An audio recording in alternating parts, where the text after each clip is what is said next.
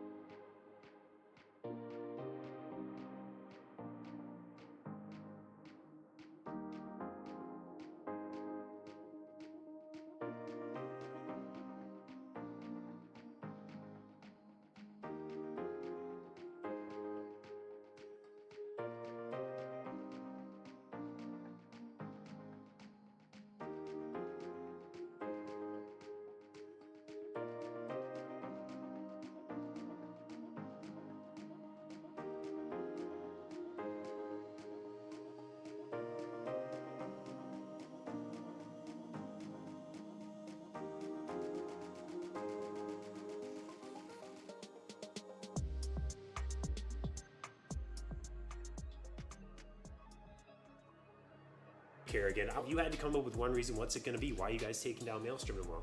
I would say because Lester predicted it, but his predictions have won like 99% wrong. So just going to start with that. Group B was a weak group. Everybody thought it was a strong group. They saw some familiar faces, but turned out that we had some real hitters in Group A. And we were 4th seed because, you know, we wanted to troll in regular season, give everybody a chance. And I mean, you can see it in our playoffs. 3-1 semifinals and quarterfinals, whereas Maelstrom went 5 games with Lane 0 Blizzard. Yeah. I don't know about that one, Chief. But anyways, we looked at their roster. They only have 1 player, and that's like their ADC. Well, their jungle is all right, but their ADC is obviously their carry. But we don't have to worry about that. We have Keyboarder, Summer MVP, so... I mean, their only strong player is already outmatched, so we only don't have to worry about anything. Yep.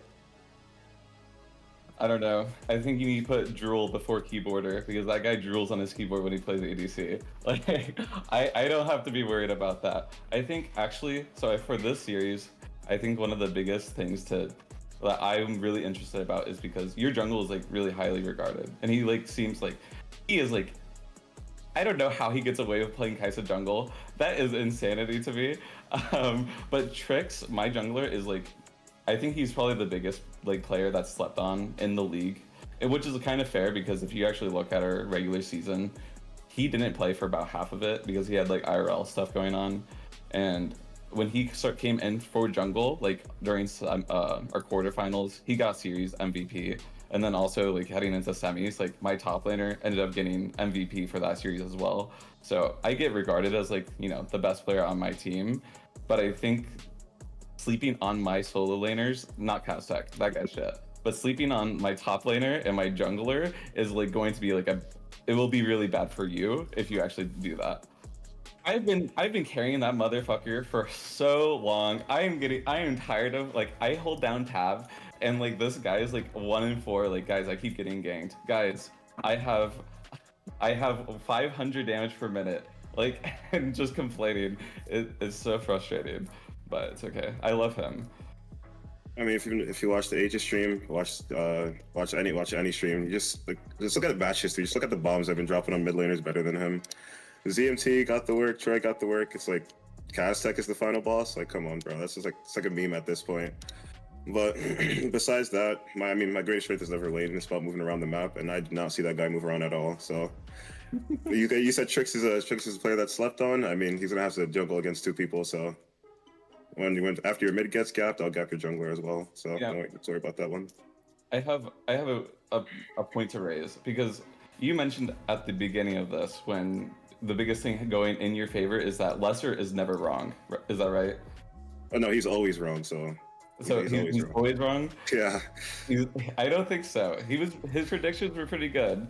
I actually asked Lester what he thought about the mid matchup, or just in general for this game, and he said Kerrigan is Troy's son and almost as bad as Kaztek, and that's all I need to know about that matchup. So you might still have the favor, but. No comment. There's some things I can reveal, but Lester knows. I won't comment on that one. But you know, my name is always in Lester's mouth. Even for the AML rankings, I was even a player. I was a sub for a series, and I'm already like brought up. So I know the guy loves me. Is that real? Yeah, I mean, I know the guy loves me. He wish I could play on his team one day, but. Gotcha. Yeah, maybe in the future, but he'll have to watch me win a Titanship. When? What is Maelstrom's biggest mismatch when it comes to lane assignments here? Who's got the biggest edge? It's me and Aethel. It's definitely us. How come? I mean, he can think what he wants, but from what I've heard, Kerrigan seems like a pretty decent player. And Kaztek, as much as I do mercilessly shit on him, he actually can stop inting sometimes. And if he's clocked in, okay, I'll be so for real. That guy was Diamond 4 in semifinals. I don't know how he managed it. So if he starts winning solo queue, you might have trouble. Otherwise, we might be in trouble. But, and then like, honestly, like, I don't know how good Akuma's top laner is, but like Maka, ever since he came back from Japan, is actually playing really well. And I don't know why. So that might be a pretty good advantage for us as well, because last week, the top laner that he was playing against was like regarded as like one of the better top laners in the league, and he kind of like steamrolled him every game. That's the So thing. He doesn't know about. He says he doesn't know about our players. That's 3-time finalists, Lonry in the top lane. So I mean, I know you got banned from AML. You know, we won't comment on why you get banned. You know, you got banned. You've been playing in crunch time. You know, Mickey Mouse League. You know, a bunch of daycare kids. You know, you've been beating up on them. You didn't win last time, but you know, we won't talk about that. So you're in the big leagues now. You know how these players are, but you're kind of outmatched. You know, when crunch time opens up again, you know, we can send you back in there and get like a second place at least. You know, you'll be fine there. You know, that's your speed. But like AML Titan, like this is the big leagues. It's the big leagues. I mean, I've won Risen a handful of times. I won UCL a handful of times when that was a thing. When they became UAL, I won UAL. I've won. I've been winning leagues for a long time. Just because I got second place in crunch time doesn't matter. I never had a chance to play in Titan, so I'm glad that my first time being in this season in this league. I mean, it really just shows that I've made it to grand finals my first time being in Titan, and I'm really excited to actually win Titan my first time getting to play in it tomorrow. This guy's been talking about winning random acronyms, making up acronyms in his head that nobody cares about. Everybody's forgot about. Like this has just been my first year playing comp, so yeah. I mean, losing to somebody who just started comp, I feel bad for you. You know, all those acronyms, you know, goes out the window when you're on the Rift. Be a quick, you know, 3-1. We love to troll when we're up 2-0, so we'll give you a 3-1. Yeah. I'm really sad to have to put a little damper into your first year playing amateur tomorrow, but Oh no, it's my second year. No, it's like my first year is like finished. Like that was my first year, and I won a league. I won leagues. So I don't have to worry about my first year. Yeah. Okay. But yeah, I mean, honestly, I think tomorrow should actually be like really fun. I don't know much about like Akuma. I didn't follow it much. I actually do know like Keyboarder. I've seen him around quite a bit. So I'm looking forward to playing him again tomorrow. But I hope we can like actually have like competitive games. I wouldn't want to be a blowout one way or the other. Sorry to disappoint you.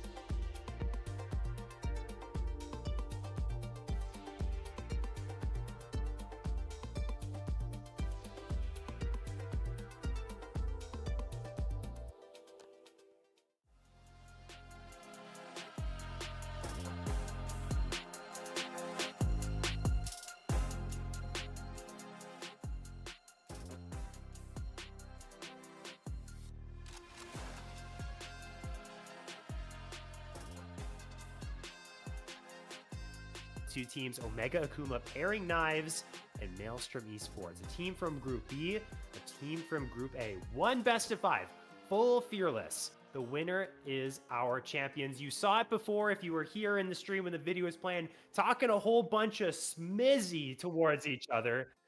And now it's time to put their money where their mouth is. Now it's time to prove that what they were saying is actually what their game is going to show here. It's Ferris alongside Golden Gad, the dynamic duo here for this Grand Finals cast. GG, my man. How you feeling? I'm feeling great. I mean, we're wrapping up the season here. Obviously, one of the final games of Titan for this season, and you know, we're gonna have Maelstrom versus Omega Akuma Pairing Knives, two teams that, I mean, at least for Omega Akuma Pairing Knives coming into playoffs, you would not have expected, considering they are that 4th seed coming out of Group A. So really making a show of it, and they're able to actually get through 3-1 over Summit last week on off stream. So Maelstrom, though, we did see last time, also went 3-1 with a pretty big turnaround after game 1. Some crazy games. I'll never forget that game 2 where there were like 14 throws. I wanted to throw up in my own mouth. It was just so bad. Hopefully they cleaned some stuff up since last week, so I can at least spare myself that kind of trauma. Yeah, I mean, there's been some mistakes. I mean, every team makes them. Even Omega Akuma, even Kerrigan, or who is now known on the Rift as African Mid, said, you know, they do a little bit of trolling in the regular season. That's why they were the 4th seed. At the start of their season, they played Drop Dead Gaming, and a lot of people were saying, oh, this is going to be the finals rematch. Well, we got that matchup all the way back in the quarterfinals, and Omega Akuma took down what a lot of people probably would think were going to be the favorites of Titan Immortal in Drop Dead Gaming, the former champions. Not here, though. They're up against Maelstrom Esports, who, again, 3-1 there in their previous series. They're going over Mid Superior. Looked very good in those last 3 games, even though they did come back in that game number 2. I'm really excited for this matchup. A lot of good players on these teams. And here we are into the draft for game number 1. Kicking things off. I'm excited. Yeah, definitely exciting stuff here. Gonna have an Aatrox and a Cho'Gath. Pretty interesting stuff. You know, generally we see pretty targeted bans here, so seeing Lulu also get taken off the table is not too big of a surprise here. We see Viego also. Okay, we have a bit of a bug. These bans are not correct, so we'll just discount that completely and talk about these players instead. So, like, things you would expect in this particular matchup. Definitely Krastek gonna probably pick up Aurora at some point, and then some other picks that really stand above the table, or some carry picks for Trixui. I believe that's how we pronounce it, but you know, you never really know. Some carry picks for sure, and then they play pretty brawly, at least on the top side. So you'd expect that to be kind of a big focus here, and they're gonna go for Ivern, so completely different than what I was expecting. Okay. All right, so yeah, we got that in our ear. Yeah, okay. Yeah, well, back to yeah, I mean, we were going to analyze the first pick, Ivern. That actually isn't what was picked. We had a little bit of issues there with the draft, so we might get back to the draft to actually see what's being picked. You know, sometimes this has happened before. This is a common bug that happens sometimes. So either that, or we just go straight into game number 1. But it gives us time to kind of break down at least these two teams, and Maelstrom and Omega Akuma. We'll see. I mean, you talked about Kastek Aurora. Kastek has been memed on, man. This guy catches heat all the time. Flame in the trash talk. Even Loki knows he was Flame in his own mid laner there. I feel like this needs to be and even Kerrigan was saying, like, oh my gosh, it's the grand final. I can't even believe I'm playing against Kastek. This is going to be absolutely free. This is Kastek's time to shut up the haters, put it, like, absolutely have a pop-off performance and lift that Immortal trophy. Yeah, for sure. I mean, you know, and Kastek didn't have the best performance even going into this final, so definitely could be a real step up here, but still hold their own. So I could really see African Mid maybe struggling a little bit. Also, I would say has done very well this season so far. Obviously coming off a name change, so it's a little bit different than before, but, you know, still same player nonetheless, usually quite consistent. And then, you know, I think both these teams kind of a big focus on the top side early game, I think is going to be the real big thing. You got Keyboarder on the bot side and Loki Dosi, who are kind of more, you know, less focused, a little bit more isolated laning 1v1 when your sports go in Rome, Fails, and Aethel, with some of their more signature picks, such as Fails Bard, of course. So, you know, things like that, you have to expect that everything's going to end up on that top side early game, and then you're going to fall back on those 80 carries that are farming quite safely on the bot side for both Keyboarder and Loki Dosi, who both play a pretty big share of Varus. So I'd really expect that to really float up in priority because it's a pretty good pick if you're ahead, because you get to just kill the enemy laner over and over. Or if you're behind, you can still have some sort of safety to actually end up farming there. So definitely pretty interested to see what the actual angles for these teams, especially going to game one of Fearless, where that's really where the door is the most open, and then slowly but surely it's going to get slimmer and slimmer as it goes on. Yeah, I expect Varus to be either banned every game, especially from the team on red side, because it's a blind ability carry. It's super strong, and both Loki and Keyboarder, like you said, they both like this champion. It's actually funny. I got information about the last series that Maelstrom played against Min Superior. When they left Varus open, you and I were saying, okay, like then maybe they got something cooked here to counteract that. And the Lucian actually ended up working really well for Loki Dosi. And Loki actually told me we did not plan that. We actually just straight up forgot about the Varus and we didn't ban it. And so he just had to pick the Lucian just on spot. And it's so funny because that's Loki's only Lucian pick in the entirety of Titan Immortal. So that was really funny. I expect this time around, they're going to remember that. And I feel like whichever team's on red side, you just got to pay the Varus tax because it's going to be a pick that both of them want. And if they get it, they're going to be performing quite well on it. I think Loki, I mean, we saw it in their series against Min Superior. Pop-off performances. His Kaisa was insane. 10-1 in game number 4. Quadra kill to finish the game. So I think for Keyboarder, this is going to be a big matchup for him. And quite confident were both these teams, I guess they're representatives in the trash talk, that each of their bot lanes actually had it over each other. So something's got to give here, Golden God. They both can't end up winning. Like, not everyone can be happy after all is said and done. Yeah, I mean, Keyboarder was someone who was really shouted out a lot early on in the season. Where like, oh, this person's just super consistent. You got to give the mad respect to, for sure, for Keyboarder, and it kind of showed very well. You know, Omega Akumi pairing knives, they really go towards Viet and Mexican mid very often. But Keyboarder always putting up good numbers throughout that season. So that's why I think the bot lane's going to be pretty interesting, but it will still not be the focus. If I'm going to look anywhere, it's at Fiven and Mexican mid because both these players super consistent, very good at getting random solo kills on champions you don't really expect to actually be getting those lane dominant performances. But you know, if a rock and a hard place end up meeting each other, what's going to happen? And that's where the jungle difference might happen. And Trixui's got some pretty big tricks up their sleeve. Obviously, Diana is the big one that could really see some play. Pretty big pop-up performance, I'd say, in the last one. If you saw the highlights from that last series, getting the was it quadra kill or whatever, but basically carrying that entire fight out of a pretty big hole there. So yeah, definitely a little bit more of an aggressive jungler compared to where Viet is, where it's a little bit more protective, but still has a bunch of carry picks possible if they are allowed. Yeah, Trixui, I could not believe that game. I think it was game number 3 that Trixui pulled out the Diana against Min Superior. That was a crazy game because I remember talking about it between you and I. We were saying, well, the Diana has a lot of melee targets to go after, but in terms of just like running into so much CC, it didn't look like the greatest Diana angle. But this guy makes it work. Somehow the Diana looks good in compositions that don't necessarily look like a Diana composition. It's not like something they didn't play a Yasuo. Castic didn't pull out the Yasuo. So I don't know. He just makes it work. So we'll see. I mean, again, I feel like this is definitely going to be seen here in this Fearless Specified as I heard something in my ear. Maybe we're getting word on what we got for game 1.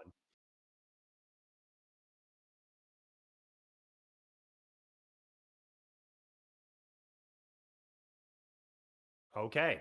So, word is we are just going to be blabbing on until game number 1 begins, until they actually get into game. Oh, we're ready. Okay, perfect. Going Well, into guess game. what? We're going into game for the first one here between Maelstrom Esports and Omega Akuma pairing knives. We got to get to just jump right onto the Rift Golden Gad and see what these teams have pulled out for us. It's Yeah, exciting. It's the no grand finals. analysis is just like blind pick basically, and we got some crazy stuff going on. We see Akali and Tristana actually in the bot lane there, which is a pretty interesting pick because you don't really see it. So I expect that there was a ton of AD carry attention if I had to guess, just because there's Zaya on the side of Loki Dosi and Keyboarders on Tristana. So something crazy happened in the draft, but unfortunately we did miss that. But not too much of an issue here. Viet is on that Gwen, a very safe scaling pick to kind of counteract Jarvan, who's a lot more of a, you know, gank heavy, kind of brawly style, especially when paired up with something like the Ahri. I could see that being a pretty dynamic duo. But the Gwen is like very scary when it comes to mid game, and there isn't too much heavy CC for this Gwen, so I can pretty reliably expect that pick to do quite well if they are allowed to scale up very effectively. Yeah, it's an interesting one. Gwen is nerfed on this current patch that we're playing on because top lane Gwen was running amok in pro play and solo queue. That champ's just OP, but we didn't see it as much in the jungle. This is a pick that used to be pretty popular, but it's always been very niche. So I'm interested to see, again, just like you said, Golden Guy, what Viet can do. Because normally when you pick something like this, super resource hungry, feast or famine style of gameplay, it just makes you a big X factor in the game. If your Gwen can get ahead, your Gwen can get the resources she wants, she can pop off, she can carry games. Like you said, it looks like a pretty solid game for not a ton of hard CC, but there is that Xayah that you're running into that Loki has picked up, and a lot of forward play here for Omega Akuma, and running into that Featherstorm. Loki also took Exhaust as well, so Bro is pulling out the old tech from ADC like a year or 2 years ago. I can't even remember when the Exhaust ADC meta was a thing, but even as an ADC player myself, that was corny, man. Oh my gosh. So bringing that back is it's going to be hard to kill this Xayah. That's what I'm saying. Yeah, I think it's definitely necessary because you have two really big dive threats of the Wukong and the Akali. I mean, I didn't even mention Wukong in the top lane with Ignite, but this is kind of Mexican mid style, you know, it's just like, oh, well, we got a bad matchup in top lane if Gwen's into Jace, so screw it. We're just going to send the monkey in the top lane and see how it goes. So pretty interesting nonetheless. I will say, like, Wukong always does very well as far as solo killing, but the survivability in lane is just not nearly good enough for especially a Jace matchup. So I'm going to be pretty surprised. They're going to go for an all-in here, but still the Jace is ending up on top. So you kind of see that in full effect here. I will give one shout out here real quick. I think Aethrol and Trixui are gonna have to basically do extremely well to actually find some combo plays to actually be able to lock down something like a Tristana. I think that's why it was picked as a harder champion to lock down. It certainly is. This is giving me flashbacks to Season 12 Ferris. In my top lane arc, I'd always be playing Jason. I would actually always encounter these Wukong Ignite top players, and it can be a very tricky lane for Jace. The all-in potential of the Wukong is very high. Obviously, Fiven's doing a good job right now, and that Ignite is already burned, so not a lot of kill threat here for Mexican mid. You get the shove, you get the reset off, he has teleport advantage, so you might be able to get back and at least take a couple minions off the count there for the Wukong. As we see trading in the mid lane, African mid. Looking for, like, really good against Castek here. There's the Orb of Deception to come back, but yeah, that Akali goes into the Shroud, has a lot of energy to get a bunch of 5-point strikes. And that Akali can get very dangerous, especially once that level 6 hits. I mean, Kerrigan was talking a whole lot of smack there in that trash talk video. Again, I'll keep referencing that. So he's got to have a big game on this Akali. As Mexican mid has to use the flash there. We talked about Golden Guy, the TP in, the health advantage. No sums here for the Wukong. Yeah, I'm gonna look to maybe try and cancel it, but it probably won't go through here. So, oh, actually did end up getting the cancel. So now Mexican mid kind of stuck in no man's land. The Gwen is here, but this is the weakness of Gwen. You can't really get a good gank because you don't have any good CC, but still gonna go for the play to try and bait Fiven up forward so that the Gwen can walk in. Currently no ward in that bush. I'm not actually sure. I think I saw one earlier, but can't be 100%, as now there will be a gank with the Jarvan here in the area. Uh-oh. Well, Viet, remember, does not have flash. Does have the mist, though, so just walks that one out. And good on Trixui to be here. Protect your Jace. I like this. As, okay, baiting him with the clone there. Trixui going to take a tower shot. But there really is nothing here other than the fact that Mexican mid needs to be careful. And Viet actually does have to guard him. Going for this dive would be very risky. The clone is down for the moment. I think they're just... I don't know what they're doing. They're kind of sitting here saying, do we dive? Do we not dive? Trading back and forth. Look at Trixui. He's just going back and forth saying, can I go back to my camps now? They're going to jump back in with the flag and drag. Maybe Viet actually ends up dying. Fiven's gone too far forward, though. Takes a tower shot, and first blood will go to the Wukong of all people. In the bot lane, jumping up and down his keyboarder, who has another reset. That's 2 kills now to Akuma across the map. They find themselves the plays, and they're looking quite good after... Well, it didn't look so good, but now we're just walking up and dying. Trixui gets the kill. Golden Guy, what the hell are we witnessing here in this game number 1? It looked so good for Omega Akuma pairing knives, but Mexican mid I mean, just gave it to him, to be honest. Trixui just getting that one for free. Does have to burn the flash, though, so Jarvan not going to have as prolific of ganks, but with Jarvan staying on the top side for so long, getting to level 6 is not going to be that far off. I mean, just absolute craziness, and, seeing the Xayah Rakan actually lose a 2v2 is extremely surprising, so that's actually really unfortunate there for the side of Maelstrom. And Tristana's one of those champions that could really take over a lane if you do get her ahead, because it's actually a much rougher time to actually get out of the early game when you are Tristana.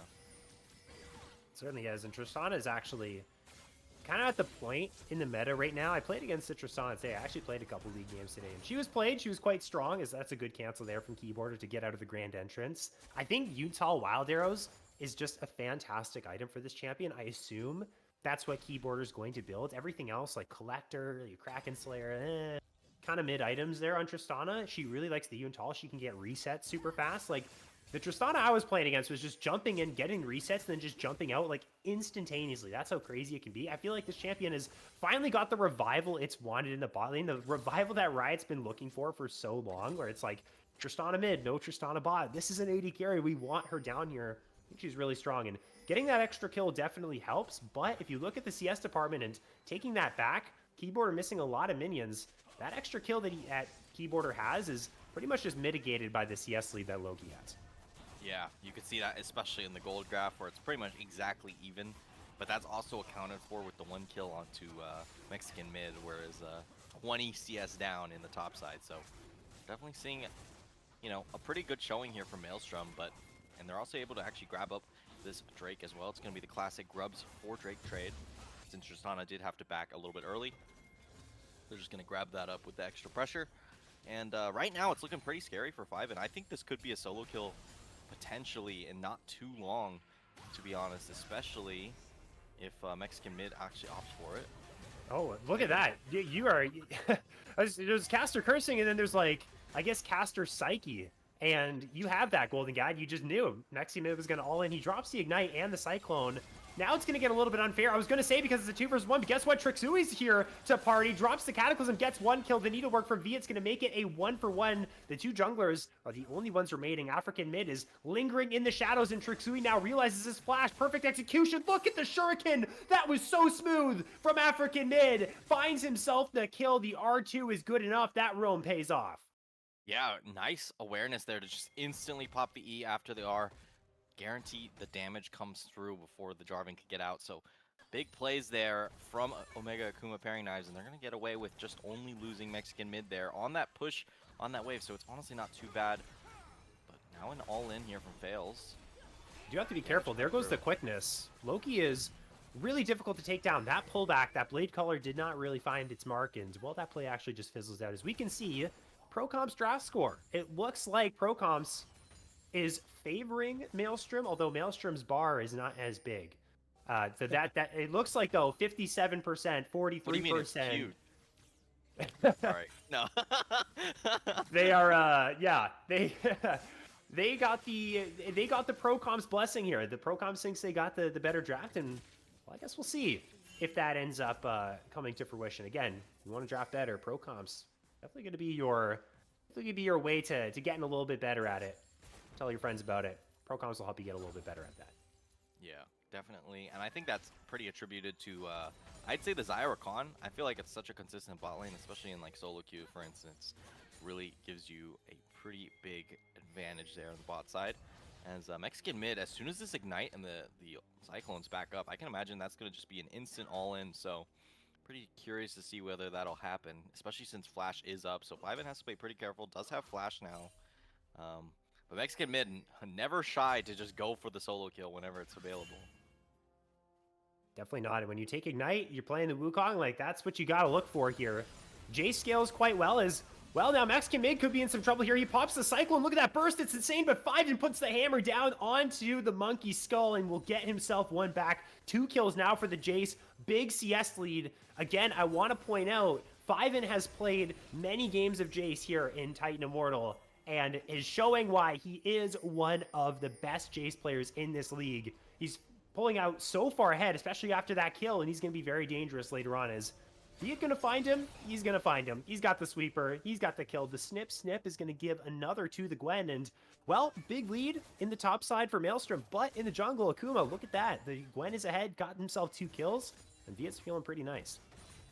I'd take that trade any day of the week. The Wukong eventually will just become Cyclone Bot, so having your Gwen already come out to a full item, and then also a bunch more gold on top of that, really can be a difference maker here for Akuma. So we'll have to see if they're actually able to translate it. Obviously not the most setup CC for the Gwen, but because of how chaotic these fights are going to be with 2 kind of stealth flanking champions, I could really see the Gwen taking over. Now finding Trixui in the jungle. Does have the Sundered Sky, so the trade's not going to be as crazy as possible. Wait, Viet just I don't think going Viet forward. wanted to do that. I don't think Viet wanted. Maybe he did want to do that. He just eviscerates the J4. It's a 1-for-1. Fiven was in the area. And honestly, just like you said, Golden Gad, so much attention being paid to this top side. You said it in the draft. These 2 top laners, big focal points for the junglers. Even if it is Viet that's more so of this carry on the Gwen, this has been where the action's been happening. There's been a couple of instances, glimpses of aggression mid, and glimpses of aggression in bot lane. But I mean, it's just been an absolute fist fight. Right now, though, 5 and 3 kills, 30 CS ahead. It's looking quite good. Although I see on the minimap, Fails is doing some funny stuff here. Trying to get involved. As a top laner, you hate to see this happen. Why the hell is a Leona in my lane? Well, that's just the way it is, Fiven. At the very least, he's able to get on out of there. Yeah, and Tristana now getting reallocated to the proper lane in mid lane. But actually getting engaged on, got failed the buffer there, so it's going to be pretty bad. He's going to be in some Keyboarder. trouble. Keyboarder is getting low, does have to use the flash. Here comes a Featherstorm flash forward from Loki, and the Blade Caller is good. Keyboarder unable to buffer away the CC. Aethel, good play, good heads up play to jump on in there with the Grand Entrance. Find themselves that kill. That should almost certainly secure the grubs as well for Maelstrom. Yeah, just way too early. They did end up grabbing 1 at the very least here for the Gwen, so going to grab up 4, so you're going to get those mites secured and deny one of those stacks for the feats of monster slaying, I believe. So at least Something like that. That's at least good for them, so they get something on the table there. But yeah, just Keyboarder just a little bit too early there on the buffer, and it actually gets canceled on the rocket jump. Now taking control around this Drake pit. Again, Drake is alive. They're going coast to coast. They're looking for more. Maybe looking for a fight as well. Loki doesn't have the Featherstorm. And it looks like Keyboarder doesn't have the summons either. So there's key missing summoner spells, missing ultimates on both sides. It looks like Maelstrom wants the smoke, though. Aethel's looking for this. Keyboarder's running the other way. That's kind of allowed the retake of the river here for Viet. He's actually going to be able to get back control of this. They've chased all the way to the red side of the jungle. They've forced Keyboarder way out of mid lane. So look at these 2 top laners just beating the hell out of each other again. And oh my gosh, Mexican Midge is flashing forward with the Cyclone. He drops the Ignite. Does he have the damage? One more gap closer will do the trick. And there is that Q range we all know and love. Solo back in the hands of the Wukong as the Drake play commences as well. Yeah, finally what you'd expect out of that matchup there. That finally able to get nice charm actually on African mid. That could have been pretty big, but there was just no follow-up since Loki Dosi can't be walking through this Gwen so big. But yeah, you know, Mexican mid finding the solo kill, finally equalizing just a little bit. And, you know, just because they couldn't find anything mid lane early on, it means that Omega's Akuma carrying that is going to be able to get this Drake and make it 1-1 here. And mid, maybe going to look for a kill onto Kostek, who's very far forward. Does have the Spirit Rush, though. This is your time to shine, man. This is your time to shut up all the haters and find the outplay that you need, or maybe not. Maybe call your teammates over for the teleport. It is the grand finals after all, and Fiven's going to make this a very one-sided fight as African mid flashes on out of there. He says, all right, fine, I concede. And no kills will go to either side. Yeah, but Wukong in the meantime takes the top lane turret, just come straight up, and is going to get some really good damage here. I don't actually just going to go for the recall, but you know, we have obviously the God vision, so we know where everyone is, but that could have been just a full turret going down, I think, on the top side if they would have went for it. So yeah, pretty lucky there for Maelstrom. Yeah, certainly. I just realized it's Viet over there on this side of the map. It's Fails. There's no one really there. So you're absolutely right. Opportunity missed. 700 gold tier 2 turrets at 15 is absolutely insane. But I want to like avert everyone's eyes to this Gwen, who is just farming like an absolute beast, taking away all the camps of Trixui on the other side of the map, is now 40 CS ahead, approaching a whole 50 CS lead. He's actually at that point right now, 49 CS. Incredible stuff. This guy He's just power farming. He's got the John Deere tractor. He's just getting all the crops in the field. He's making bank. This guy's having himself quite the game. Not a lot of pressure being applied for a Maelstrom side to pull the Gwen any other direction than just hit her camps. Yeah, I will. Yeah, also pointing out the Kali's going Leandri's in this game, which is not exactly the build choice I would have expected, but going for a little bit more of a burn style where you don't have to be so committal with your damage is pretty interesting. I don't know how it'll work out, but that's definitely a bit of a deviation from what I'm used to seeing on this pick for sure. In the meantime, in the mid lane, you got Gwen kind of hovering on that side, but Viet's looking for kind of a wraparound here, and that could be pretty disastrous since Fiven is alone on this side. Only Kaztek can really join. Just doesn't have the Spirit Rush at this point right now.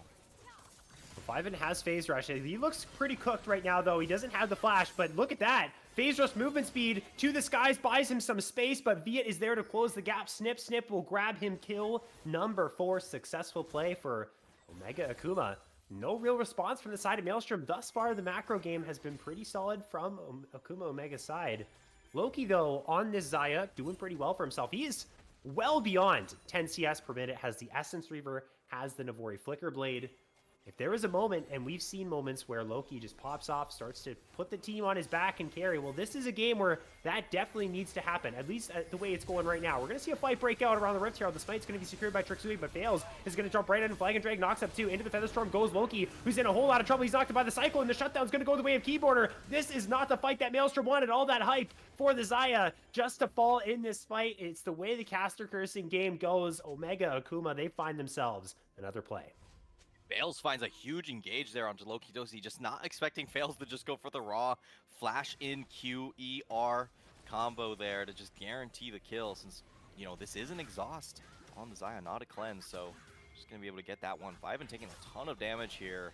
Has to be a bit careful. Fails doesn't have that ultimate to actually be able to force out a long-range engage, but, you know, this is kind of what I'm scared of. You know, the Jace kind of has to index some resistances in this game, especially if you want to match either the Wukong or the Akali on the side lane, in my opinion, just because both these champions are so proficient at finding, you know, flank angles and also some just raw damage that Jace kind of needs the resistances for, so I'm surprised not to see the boots completed, for instance.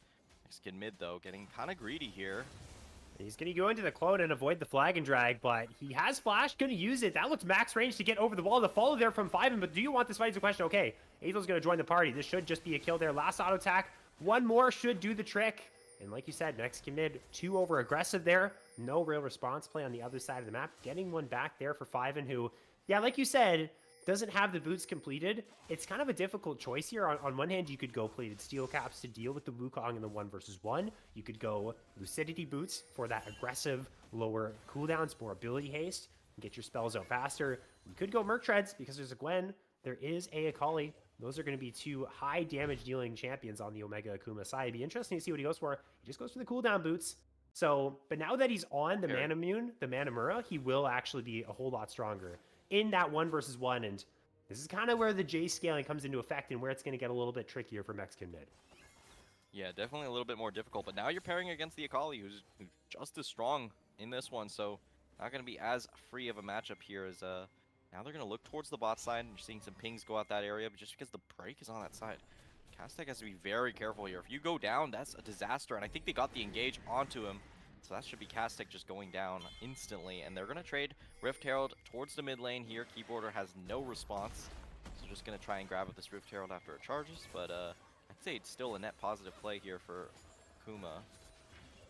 Yeah, I mean, they got the kill. They're getting the Drake. They lose their tier 1. Not necessarily the end of the world. It's going to open up the map a little bit for Maelstrom, who is still 2,000 gold behind here in this mid-game. 20-minute mark here. 2 Drakes now for Omega Akuma. Moving towards this top side of the map, it is a ruinous Otacon for us, as African mid might be in a little bit of an interesting situation. Gets knocked up, the Shuriken flip is canceled, and they're going right into the quickness. Fortunately, he goes into the mist, though, to try and keep himself safe. Fails this here as well, but this is 4 versus 2. Maybe this is the play for Maelstrom to get themselves back. The shutdown goes to Loki. That's exactly where you want the goal to be on. Give him another one as well. That is, that's where it gets ugly there, Golden Gad. For those of you who missed that, it was a bit of a DC there into an immediate pause. That might have played... Maybe it played into that fight. It looks like African mid was like reacting quite health like quite quickly to the play. But I don't know, maybe it happened after the fact. But either way, into a pause as we see Maelstrom probably look for that Ruinous Otacon. Yeah, I'm just pretty surprised because I feel like you could probably just perfect execution and get out immediately, but they kind of wanted the fight just a little bit. But it's only the Leona and the Akali there, so pretty surprising for that they actually went for that. But yeah, they should be able to net the Otacon for sure, but there is much less CC now for the side of Maelstrom, so maybe the Gwen will pop off. Unsure. We'll have to wait and see, since we are going to be waiting out this pause as African mid tries and reconnects. And yeah, so far this game pretty much how I'd expect. A lot of focus towards the top side. Bot laners kind of doing their own thing. You know, there was a bit of action in the 2v2. Able to find a couple kills, but really, yeah, focus on Fiven, Trixui, Mexican mid, Vietnamese daddy. Or daddy, whoa. Out of nowhere there. I think it's better than what it really is, though. Yeah, that is true. Yeah, that is true. You were trying to say the other thing, and you said daddy. There, Hey, you know, hey. it's not easy to be a caster in this game. I'm not gonna lie. No. Yeah, no, dude, fair enough. But that's hey, that's a good one. I like that. Yeah, we're into a pause. I mean, it's some internet issues there with African mid, but I mean, it's been I would say a skewed game towards the Akuma side of things for the most part. The Gwen is super far ahead.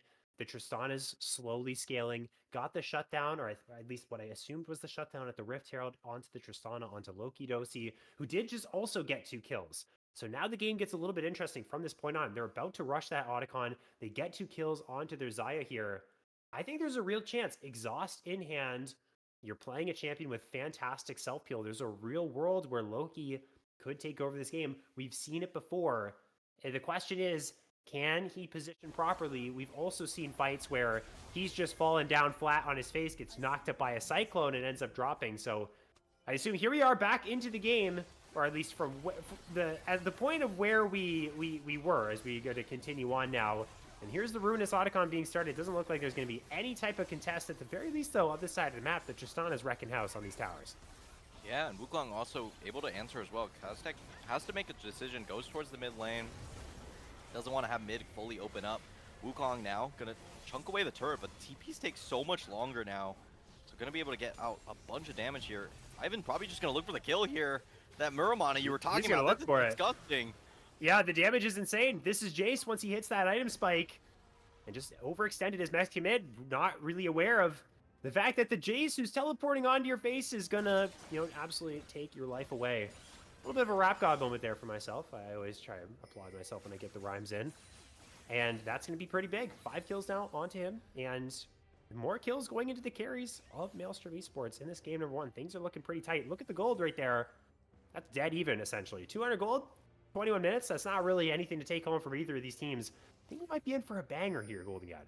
Yeah, definitely looking that way. But this Gwen is still just so unanswered. Almost getting a full Flame Horizon in this one. I mean, it's kind of disgusting. I think they're going to have a hard time killing the Gwen, period, especially if Wukong's there as well. So I think it's really up to Viet here to actually bring it home. And then the Akali's really going to be a pretty big distraction. I don't know. I think teamfight should still be favored towards Omega Akuma, but maybe I'm just coping. Yeah, the Gwen is going to be a problem. That is for certain. Now with the Seeker's Arm Guard in inventory, can go golden whenever, you get into a very difficult position. That's going to make it that much harder to kill the Gwen. On top of the fact that there's the mist. Loki can't really walk in melee range of that because you're going to get absolutely torn apart by all the damage at the disposal of Akuma's side. But Loki himself, again, still farming super, super well. 11, 12 CS per minute. Very close to that Infinity Edge. A massive spike. That's really where these Flicker Blade champions, or the champions that build Flicker Blade on that second item, really start to get that power into themselves and start to carry these games. That's exactly what Maelstrom is going to need from Loki, as Kaztek had to use the Spirit Rush. Is now level 16.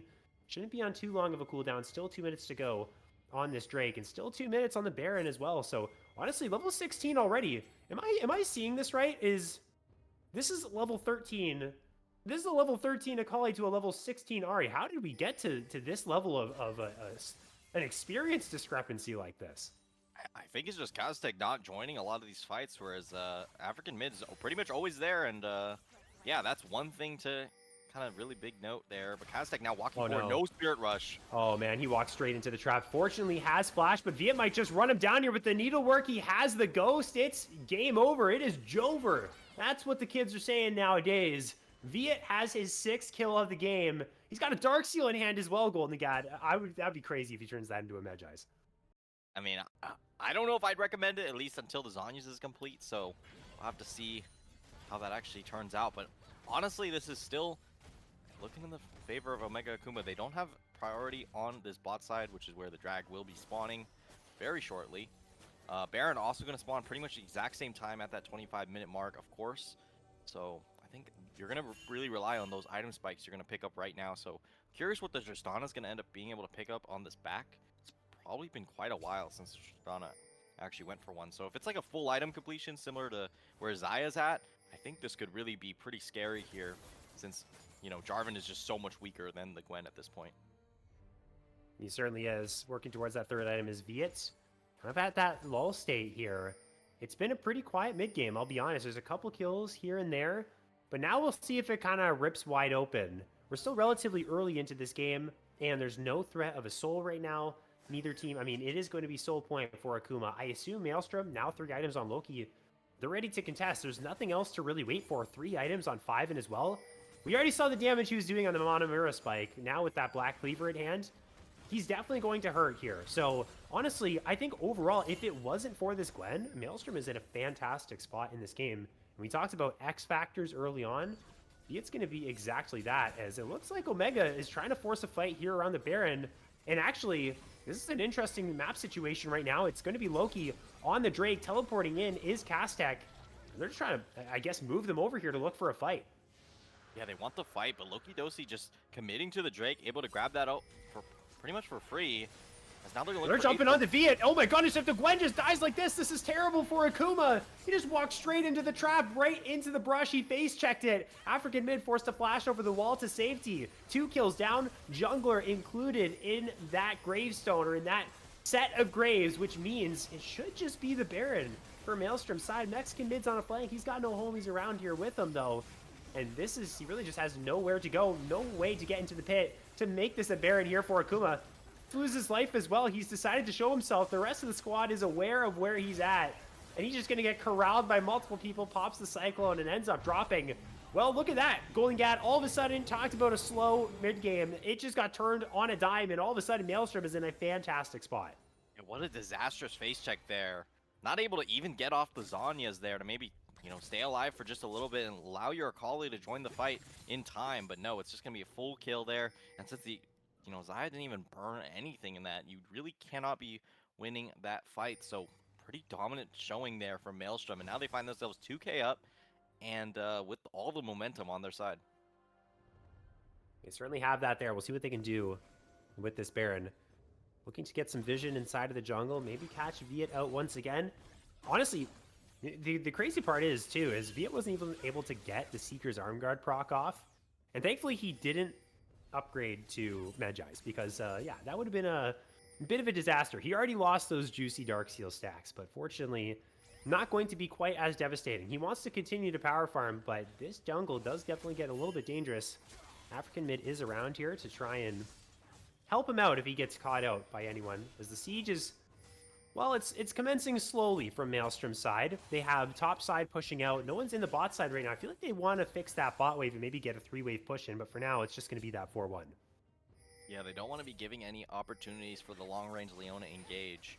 So they're trying to play it a bit more slow, but these minion waves are pretty tanky, so they might be able to just take down the turret for free here. As, you know, they have to try and find an engage for Viet since Gwen can't do it herself. Oh. Just gonna go completely wide there on the ults there.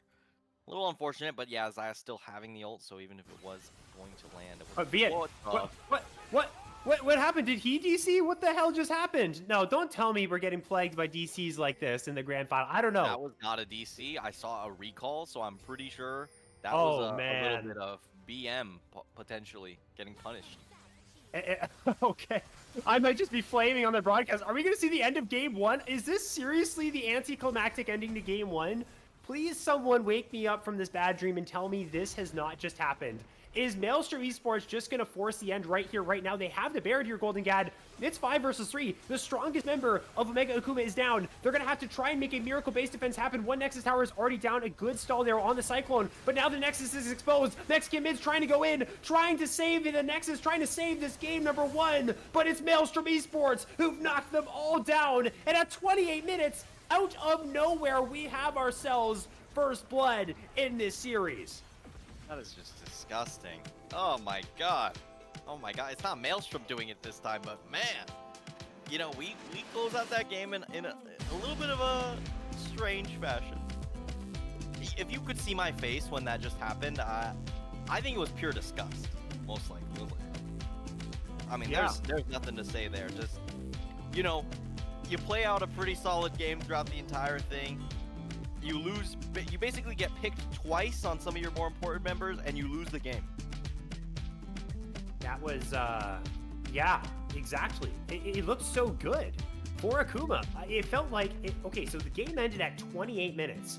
It was 25 minutes when the words came out of my mouth that said, we're having ourselves a slow mid-game.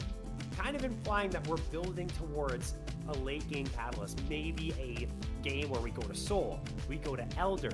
That's how it was being built up. And this Gwen was getting so strong, farming like an absolute madman, almost flame horizoning the J4. And then just like that, to get caught out like that. I mean, props to Maelstrom for snap engaging, getting the pick, and then just having the, I guess, having the chops to just end the game like that. That's really good decision making from them. I'm just kind of starstruck with how that game ended. That's definitely a heartbreaker if you are Akuma going forward in this series. Now, kind of definitely I wonder where the mental state is at after that one. Yeah, that one is gonna need some discussion for sure on how that mid game actually went, because you know, you have your Gwen at a 5-1. I feel like you can just pull up to any fight with an Akali TP on the flank and just roll the absolute, like, just everything out of Maelstrom there, but didn't work out that way at all. So they definitely got some reflection to go for in the second game, and you know, they went for more of a dive style with the Tristana as well as kind of another pairing there, but you didn't really see it do too much because there were just no team fights. It was, you know, first it started with African mid getting picked, then Viet got picked twice, and the game was over. Just like that. 3 plays, and that was lights out here for Omega Akuma pairing now. So, I mean, I'd be kicking myself for sure if I was any one of those players there. We're going to kind of see how Akuma can bounce back from this. The mental resilience they have after that one. The game wasn't maybe firmly in their hands, but yeah, definitely they had better hopes than a ending like that. But Maelstrom's got to be happy. They go up 1-0 in our series. Game 2 is coming up next, our grand final here in the Titan Immortal League. Stay tuned for that. We'll be back soon.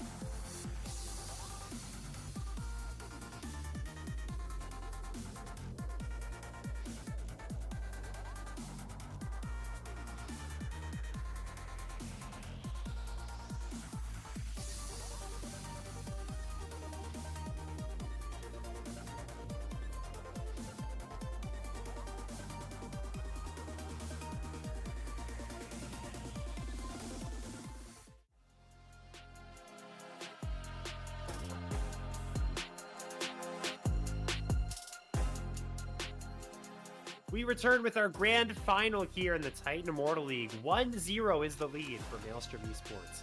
After game number 1, a very interesting ending, but all we got to do is put that behind us if we're Akuma and focus on what's ahead to try and win these next 3, try and win this series, try and bring home that trophy. It just, yeah, I mean, it was a little bit unfortunate. We are close to getting to the draft for game number 2. Again, I'm Ferris. This is Golden Gad, and we're going to talk to you guys a little bit about our next segment of Kiss, Marry, Kill, which we have prepared for all of you, as we can see our lovely productions picks as well. We'll start off with you, Golden Gad, as is tradition.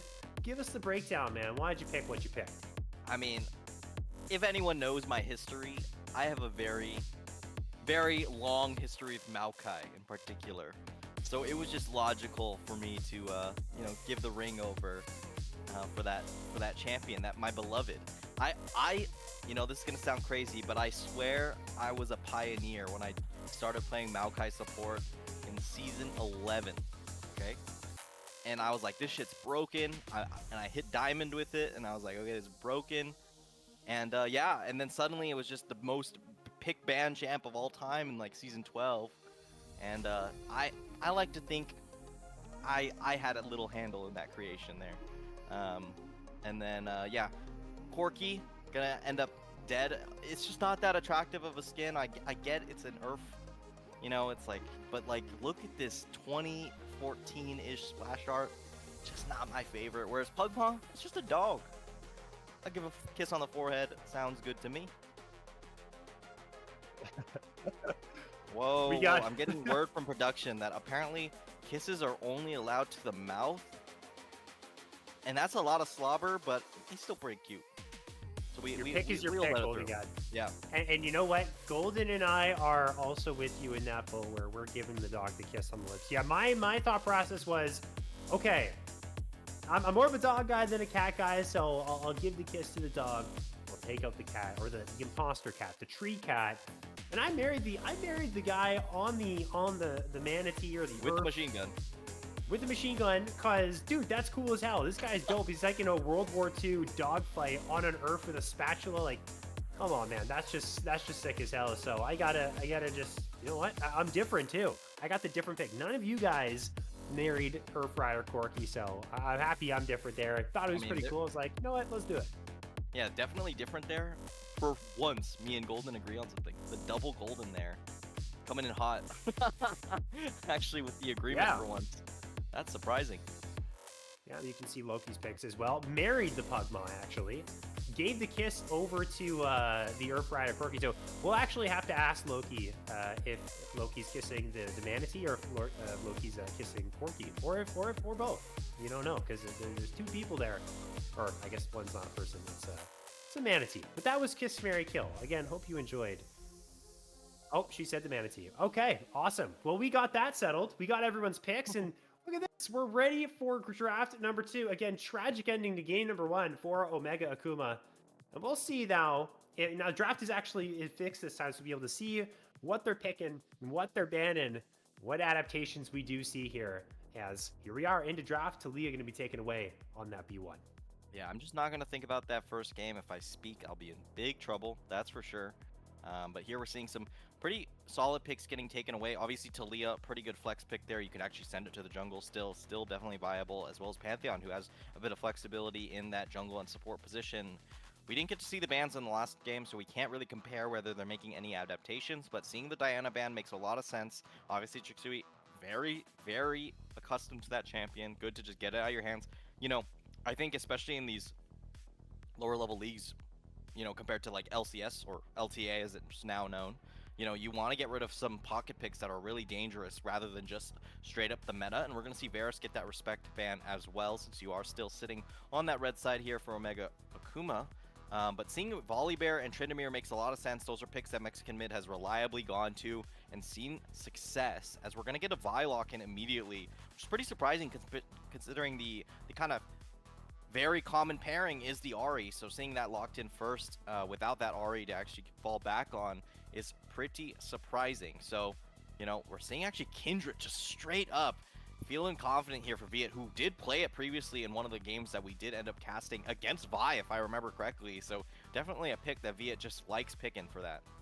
Yeah, so it must just be a counter into the Vi. Again, I don't know why Maelstrom was super, like, they really wanted this Vi pick here on B1. It's not something that Trixui does play very often, so it's interesting to see what they're cooking up here, as we're going to get what I'm assuming here is a Cast Tech Syndra. Again, the Corki on the other side for Akuma could be a flex pick. It could be something African Mid pulls up with. It could be something that Keyboarder goes for. Most likely Keyboarder, who's played it 4 times here. And we're going to get just really nice setup here on the first 3 picks from the side of Maelstrom Esports. You got the Ash, you got the Enchanted Crystal Arrow, long range engage. You have long range with the Scatter of the Weak as well. And we'll see if they can link up for some kills with the Cease and Desist as, whoa, I'm seeing a pick here, Golden Gad. And I'm sure your eyes have graced the screen and seen it as well. We caught ourselves an Echo locked in here in the grand finals in game number 2. Yeah, and this is actually just a good matchup for Echo. As far as I know, Syndra does not like playing this matchup because it's not so easy to actually land that, QE combo onto the Echo since he is so much more mobile. So pretty interesting stuff there. I mean, seeing an AP mid makes a lot of sense when you are pairing it with that Kindred, but definitely a little bit unorthodox, all things considering, as we're seeing a lot of bans towards the top side. Makes a lot of sense. You have so much setup CC with the Syndra, Vi, and Ash. So seeing Kennen and Gnar makes me really think of something like a Cassante, for instance.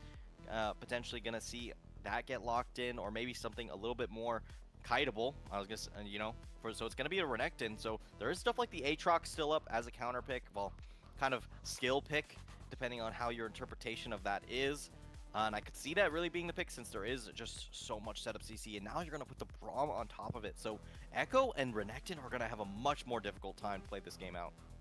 It's actually very surprising that Maelstrom Esports went the Ash on 3 and then that Braum gets through the ban phase. You don't normally see that. We're going to see a Mordekaiser roll on through as well. I like this pick. It can outrange the Renekton. The constant Qs are going to be out of Renekton's reach, so he really has to pick and choose the right times to jump on in here. We're getting last pick support there for Fails, and it's going to be his patented Bard, his pocket pick. He is the big Bard player here tomorrow. I mean, there's a couple Bard players. I think I've seen this champion a couple of times, but Fails has by far, I think, the most games. It's actually Fails' most played support across every single other support that he has played. 4 times. This would be the 5th time we get to see the Fails Bard in this lane. I don't know. It's probably not going to function. I don't assume it's going to function super well in the lane phase here. Corki is outranged, actually very much like the 2 versus 2 that Maelstrom have drafted for themselves. But the roams, this is kind of where I'm looking at this Omega composition, this Omega Akuma composition, and saying, on paper, I mean, it's kind of all over the place. There's not a ton of synergies that I'm seeing here. But if the game gets chaotic, if, there's a couple stacks that go Kindred's way, Echo gets a few kills, Bards running around the map, the chaos could be very difficult here for Maelstrom to deal with. Yeah, and Bard actually does pretty well into Braum as far as I know, since the Q will still go through, even if Braum is the first target. So definitely it's kind of scary if you are Loki Dosi. You could really get isolated out, or the Syndra as well, with after the Fate's Call comes through. So, or not Fate's Call. All right, Fate's Call is Bard's ult, I believe, or is that? No, Kindred's? that's Fate's Call is Callista. Bard is Tempered Callista. Fate. Tempered Fate, man. Yeah. Too Fate's- similar. Fate Sealed, Tempered Fate. There's a lot of Fates in Ultimate names. Riot's gotta, we gotta change it up here, man. You're confusing Golden Gad. Come on, this is my boy right here. I'm not sitting here doing what Sporkle quizzes all day to get very acquainted with all these ability names for sure. But yeah, I mean, I think that could be a really big target there for the Syndra and the Ash. And the Echo should have a lot of follow-up damage. Actually does extremely well as with Kindred as a pairing in team fights, especially since you can stall out your ult for so long if Kindred puts down that field of immortality. So yeah, definitely very interesting picks here. And I think for me, I really think Maelstrom is kind of contingent on whether this Vi gets steamrolled or not. I think if Vi is able to actually get some momentum, they could really take away this game and make themselves 2-0. But if the Kindred is unanswered, I could see this going Omega Akuma pairing Knives way. So we'll have to wait and see.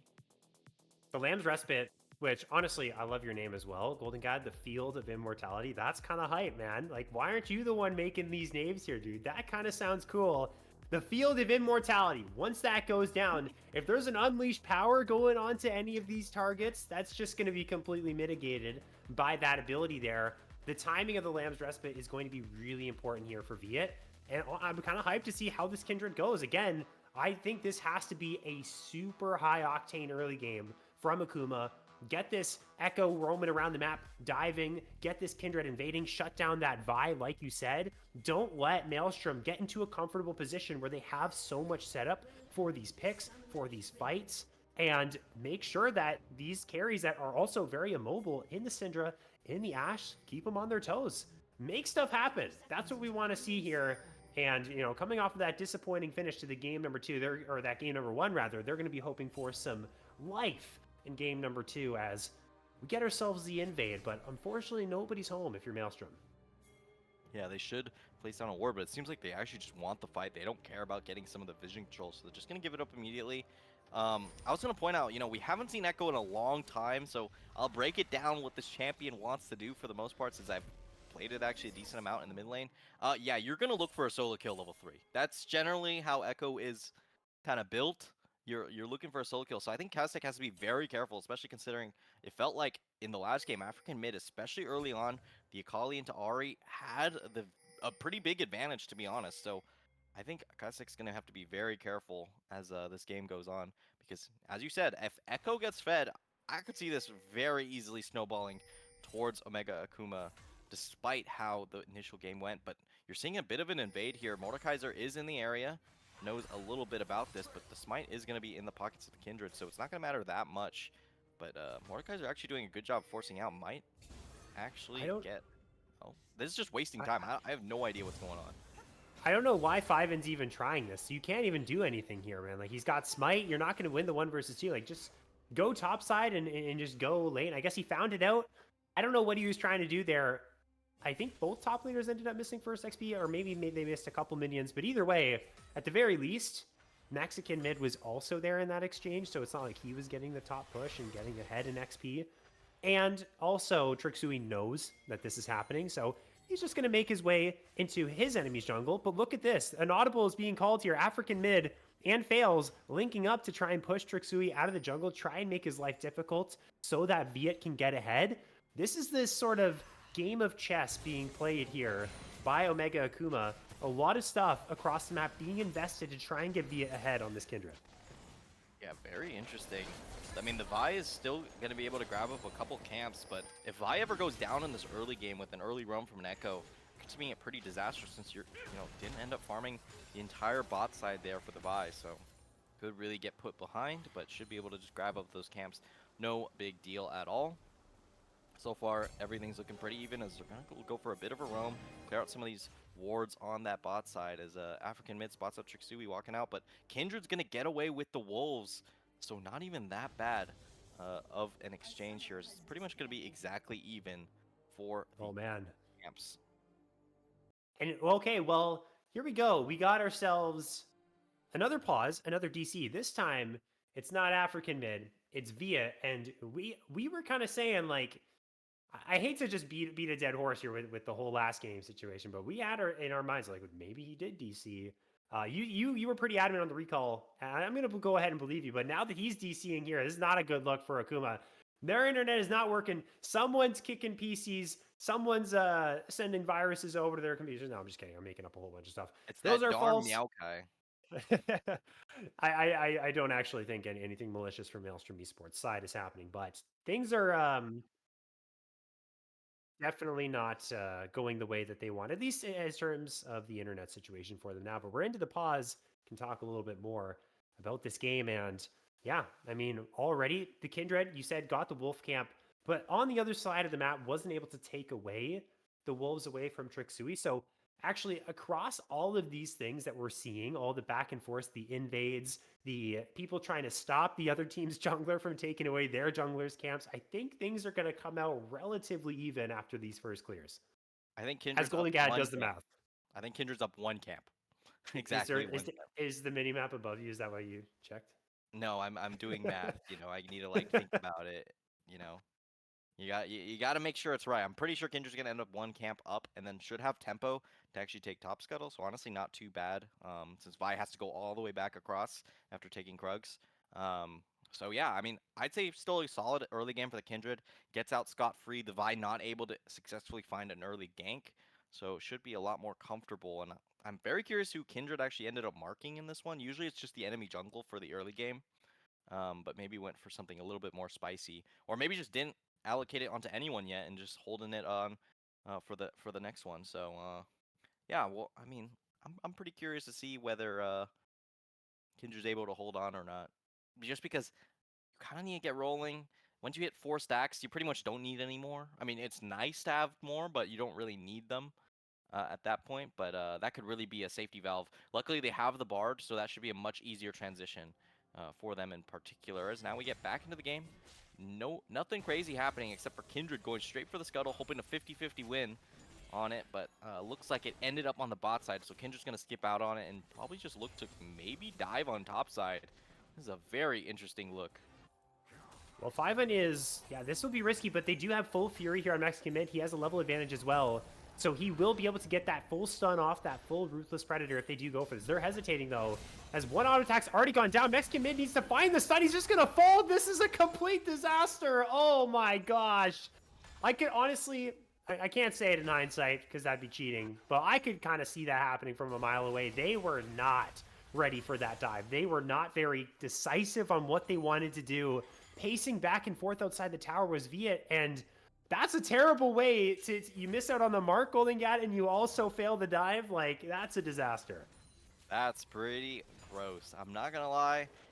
Taking the first turret shot with the W from the Kindred is pretty rough, and also because you committed the W so early, you don't have that reduced cooldown on the Q afterwards, so just a bit of a misplay there. At the very least, gonna be able to grab up this topside Scuttle, unless the Syndra decides to sack a wave for it, but you know, still gonna grab up one camp, but Vi's already pathing straight there, just gonna drop the rest of the camp. Mexican Liberty seeing a solo kill?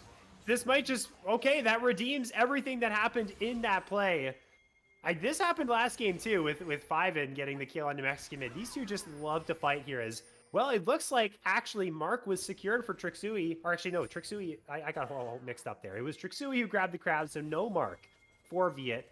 Unfortunate things happening for this Kindred. Both mid laners quite low as well, but you know what? I guess in the end, we're even in gold, and it actually doesn't end up being as tragic anymore. This series stays unpredictable. As we're seeing 2 versus 2 bot side, Loki's getting low. He pops himself the barrier keyboarder, trying to use the cleanse, flashes away from the Winter's Bite. The Ashe and the Braum proving to be quite the dangerous duo here. They don't find the kill, but they seem to be in control for now. Yeah, a little bit of a reversal compared to the last one. African mid able to dodge Oh, away. Kasek! Forward! Get it out of my screen! We got more fighting. We can't even process what's going on. And we got the fantastic, well, we got ourselves a freeze frame here as 5-1 does not look like he's in a very good spot. He does have the shield available, though, as, hey, guys, back here, we're witnessing a lot of things on Summoner's Rift. Flashes in the wrong direction. I can assure you, Castech did not want to flash in that direction at all. I'd hope so. Yeah. I don't know. It's unfortunate. No, I'm not. The haters are going to go crazy. The haters are going to go crazy after that one. Things are serious here, okay? That was, ugh. But it happens, you know. I did call out Echo gonna go for the solo kill at some point. That is not exactly what I had in mind when it actually does occur, though. Since the Echo's not running Ignite, so yeah.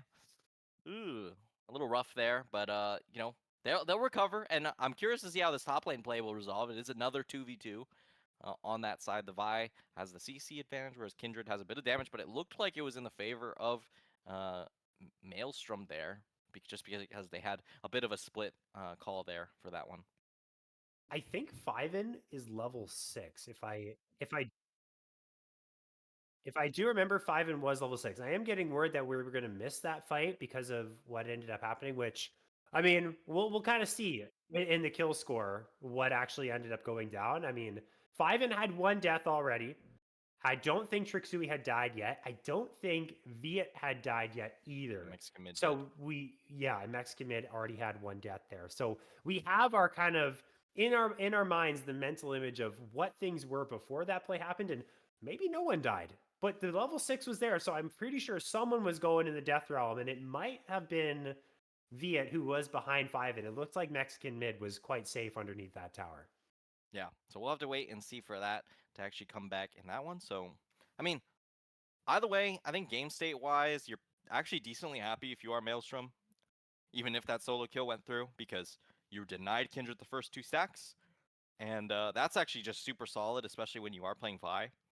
So a pretty good look here out of Trixui to just have the awareness to just give it up there. And yeah, I mean, we got a lot more game to play in this one, and I don't expect it to be, resolved so soon, especially since I don't think Mordekaiser should have very free solo kills on the side lane like it is in some of those other tank matchups. Renekton, one of those champions that really could fight back if you do have the right amount of fury, and then you don't end up missing your E damage as well. So, definitely a little bit more flexible compared to last game where it felt like, Omega Akuma was definitely in the driver's seat. As now we get back into live, and Renekton is 3-1. Yes, he is. And so, okay, both of Maelstrom, it was Trixui and Fiven that both ended up dying as well. Castex looking like he himself might just be dying right here, right now. That stun came through the parallel convergence. Oh my gosh, they don't finish the kill though. They're flashing over the wall. Aethel looks like the hero there. I don't think he actually blocked anything with that unbreakable shield, but I love the effort. Like, get yourself a support that's gonna jump in the way like that, and you're gonna be pretty happy with yourself. Somehow, Castex ends up living, but disaster topside, as we know, ended up occurring there for Maelstrom. Both teams with the disaster plays. I mean, it's not the worst. You do force Castex out of lane, and then now they get so much control in the jungle, they're able to take away this red buff with Kindred and translate that immediately into the Drake. So still finding some benefit there, but Fails wanting to give the kill over to the Echo or the Kindred, just not working out in the way that they had hoped. Now able to get a nice mark on to the Scuttle, since still at 0 for the Kindred, so definitely a little bit more advantaged. I will say for that top lane play, it was everyone going down except for Mexican mid, so definitely a firework that we did end up missing, but that's just how Riot Games Spectate Client works sometimes, unfortunately, and we can't really control that, I mean, it is what it is for that. So now we're going to see how Omega Akuma can kind of translate this early lead they got. Mexican mid now just forcing the Vi out of the jungle. Level 7 on the Renekton. Absolutely massive. They're playing with some poise right now. They're stepping into the enemy jungle. They're making life difficult for Trixui. And the later that Vi hits level 6 is the later that your team has to worry about that cease and desist coming through and that Vi being a threat. As we see Dominus pop, Mexican mid has found himself a fantastic trade. We have seen this before, but I'm liking their odds this time around. They got a lot of HP bars. They've got Lamb's Respite loaded up. Does Fiven have ult? Fiven does have ult. He's going to put Mexican mid into the Death Realm, and that's actually just going to kill the wave. So I forgot about the Realm of Death and how OP that can be.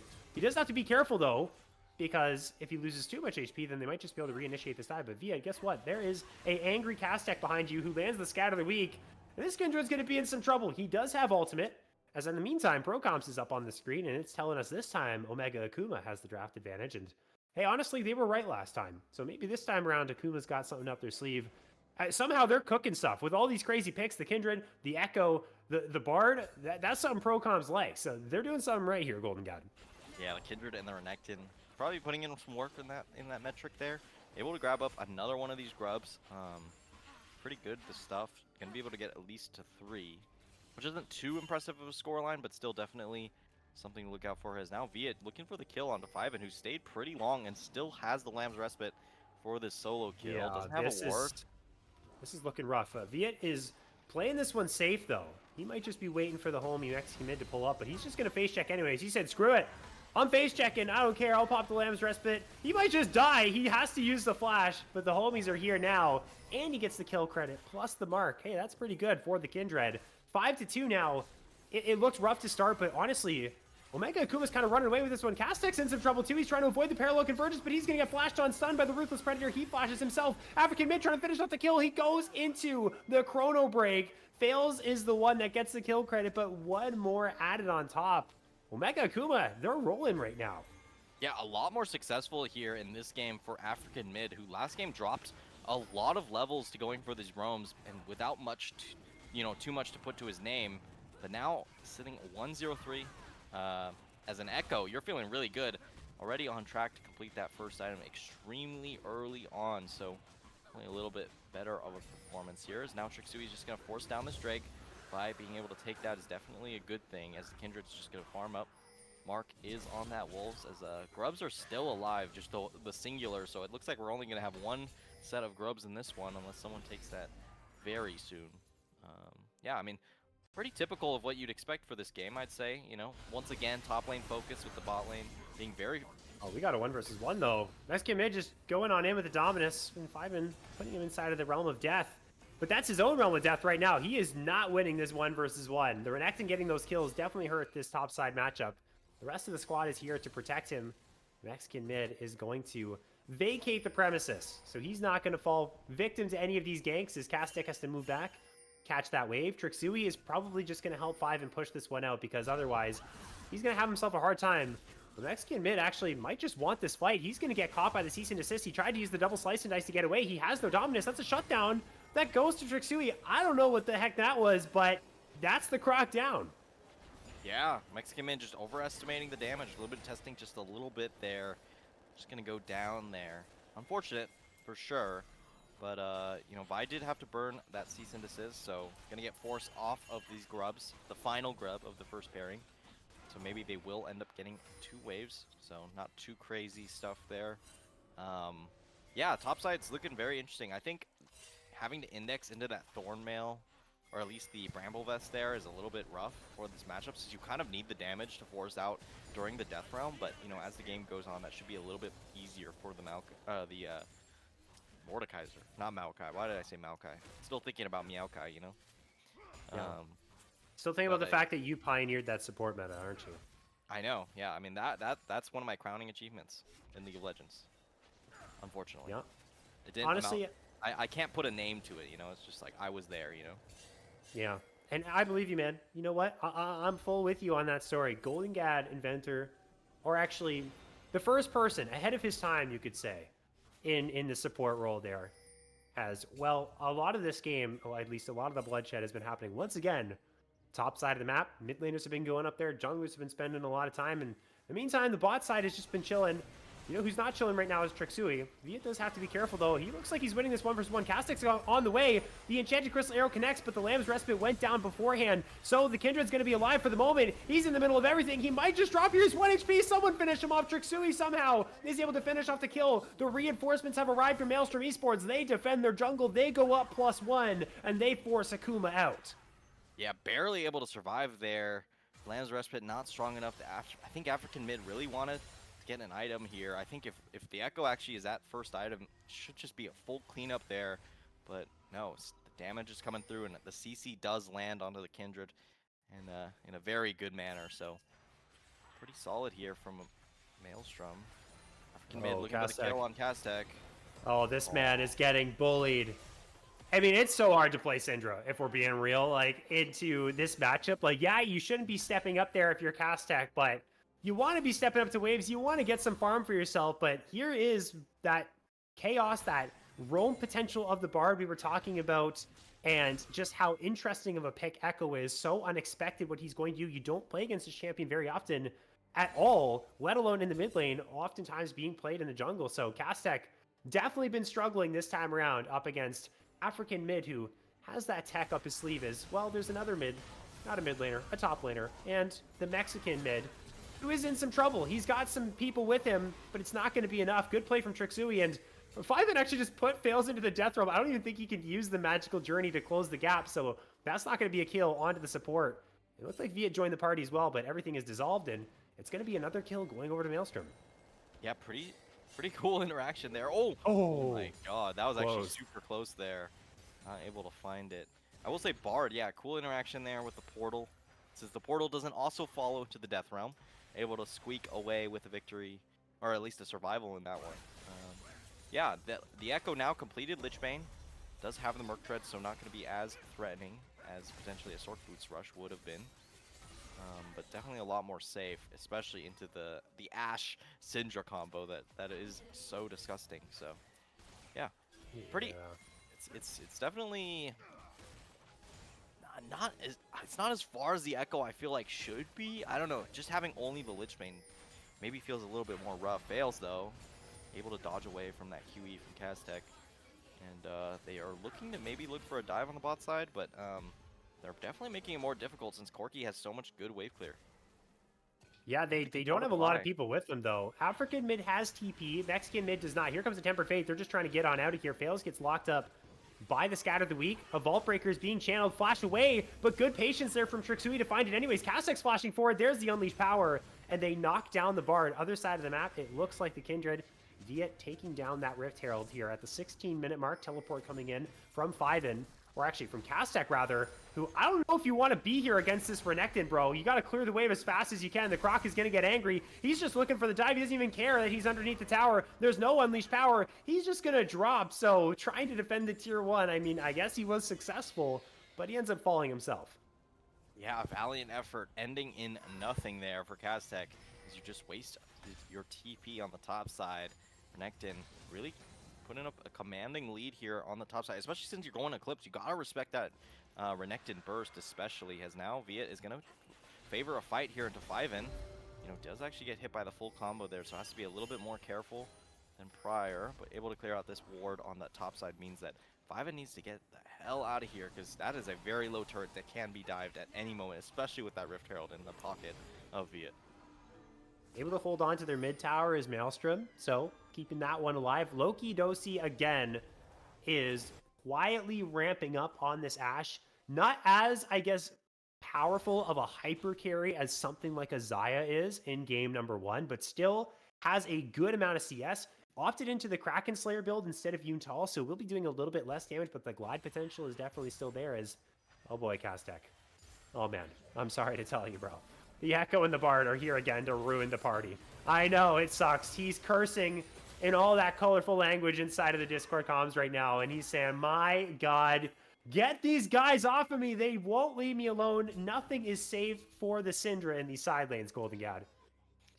Yeah, this is kind of how the Echo into Syndra matchup goes. It's very hard to nail down that QE there, as Kindred now has 5 stacks, so definitely on board fully for Viet, and I think this is going to be a pretty commanding position for them now, since Syndra didn't really get on the board, so your burst is just super, you know, much lower than it should be, especially on a pick comp like this. You kind of needed the Syndra damage to come through, but it's not working out on this one. Also going to build the burn build, and no one's really stacking HP, so it's not going to be as useful as it normally is.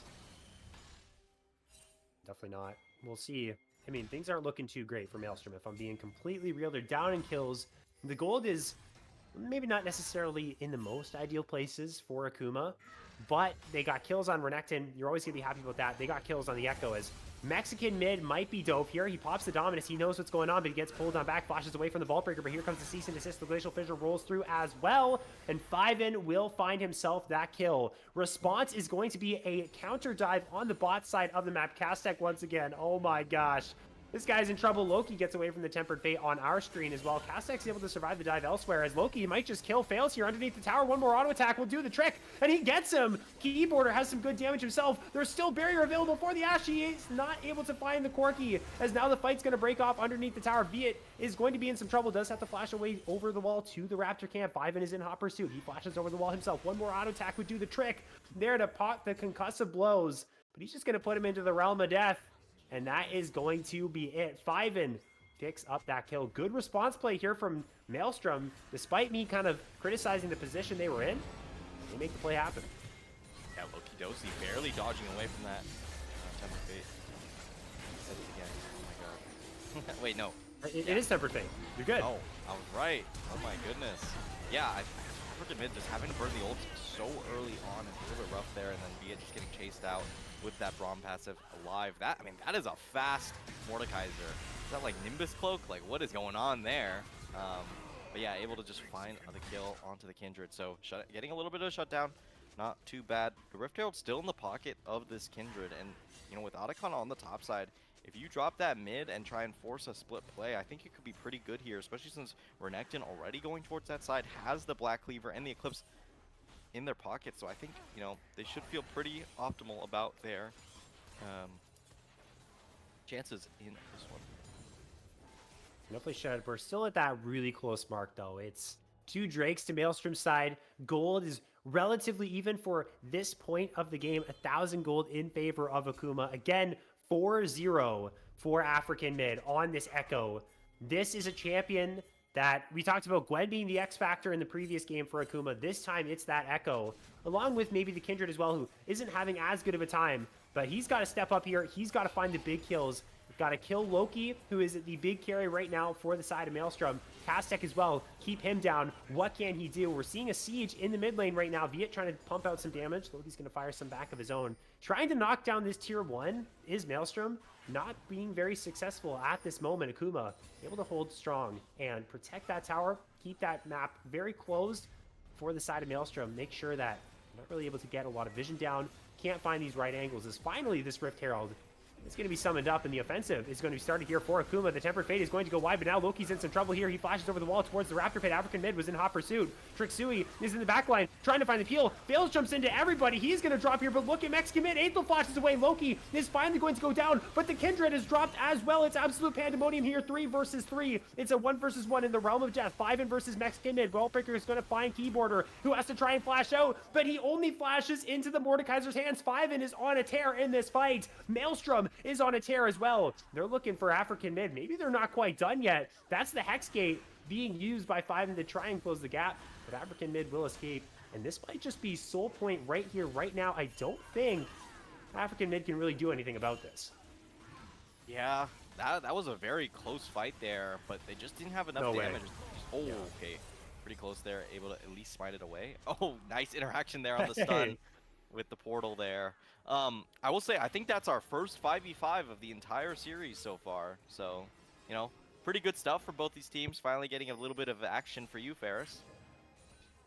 Yeah. And I will point out that Viet did not use Lamb's Respite, or what did you call it, Golden God? The Field of Immortality. No Field of Immortality in that fight, man. Doesn't he know the Field of Immortality is OP? It keeps you alive. You must have been CC'd. And that's the problem with champions like Kindred. That's the counterplay there. If you land some type of CC, it must have been a Scatter of the Weak. Maybe an arrow landed onto him. I don't know. It was absolute craziness there in that fight. I'm surprised Loki lived. He thankfully had Flash because he was very much out of position, but he bought a whole lot of time, and Tails jumped right on in as well. The Bard just died immediately. I feel like Keyboarder as well has had a pretty rough game so far. He's struggled to find some type of impact in these fights. It really just has been Mexican Mid, African Mid, really pulling the weight as the primary gold carriers on this squad in these fights, and you have to try and allocate some more resources onto these other carries. As Castek, again, in a pretty tough spot here, is probably going to drop. He's got some friends with him. That Unleashed Power did not do a whole lot of damage. Now Trixui's here to join the play. Loki is on the way as well. Here comes the Lamb's Respite. It's 3 versus 2. This is looking quite good. Mexican Mid saying, I'm out of here, dude. This is, yeah, it's going to be a 1-for-1. That's about all we can get. I'll see you later. Yeah, mid lane, though, going the way of the Corki. That's a tier 2 immediately down, and now the Mordekaiser is forced to try and stay alive, but Mexican Mid trying to survive. Yeah, no, he's dead. He's gone. That's going to be another kill going over Loki's way. On the other side of the map, though, 5 is in some trouble as the Ruinous Otacon is being started here by Maelstrom. They're looking for the dive right now. And did they get him? They did. The Realm of Death wasn't even used, so a really well-executed dive on the bot side of the map by Akuma.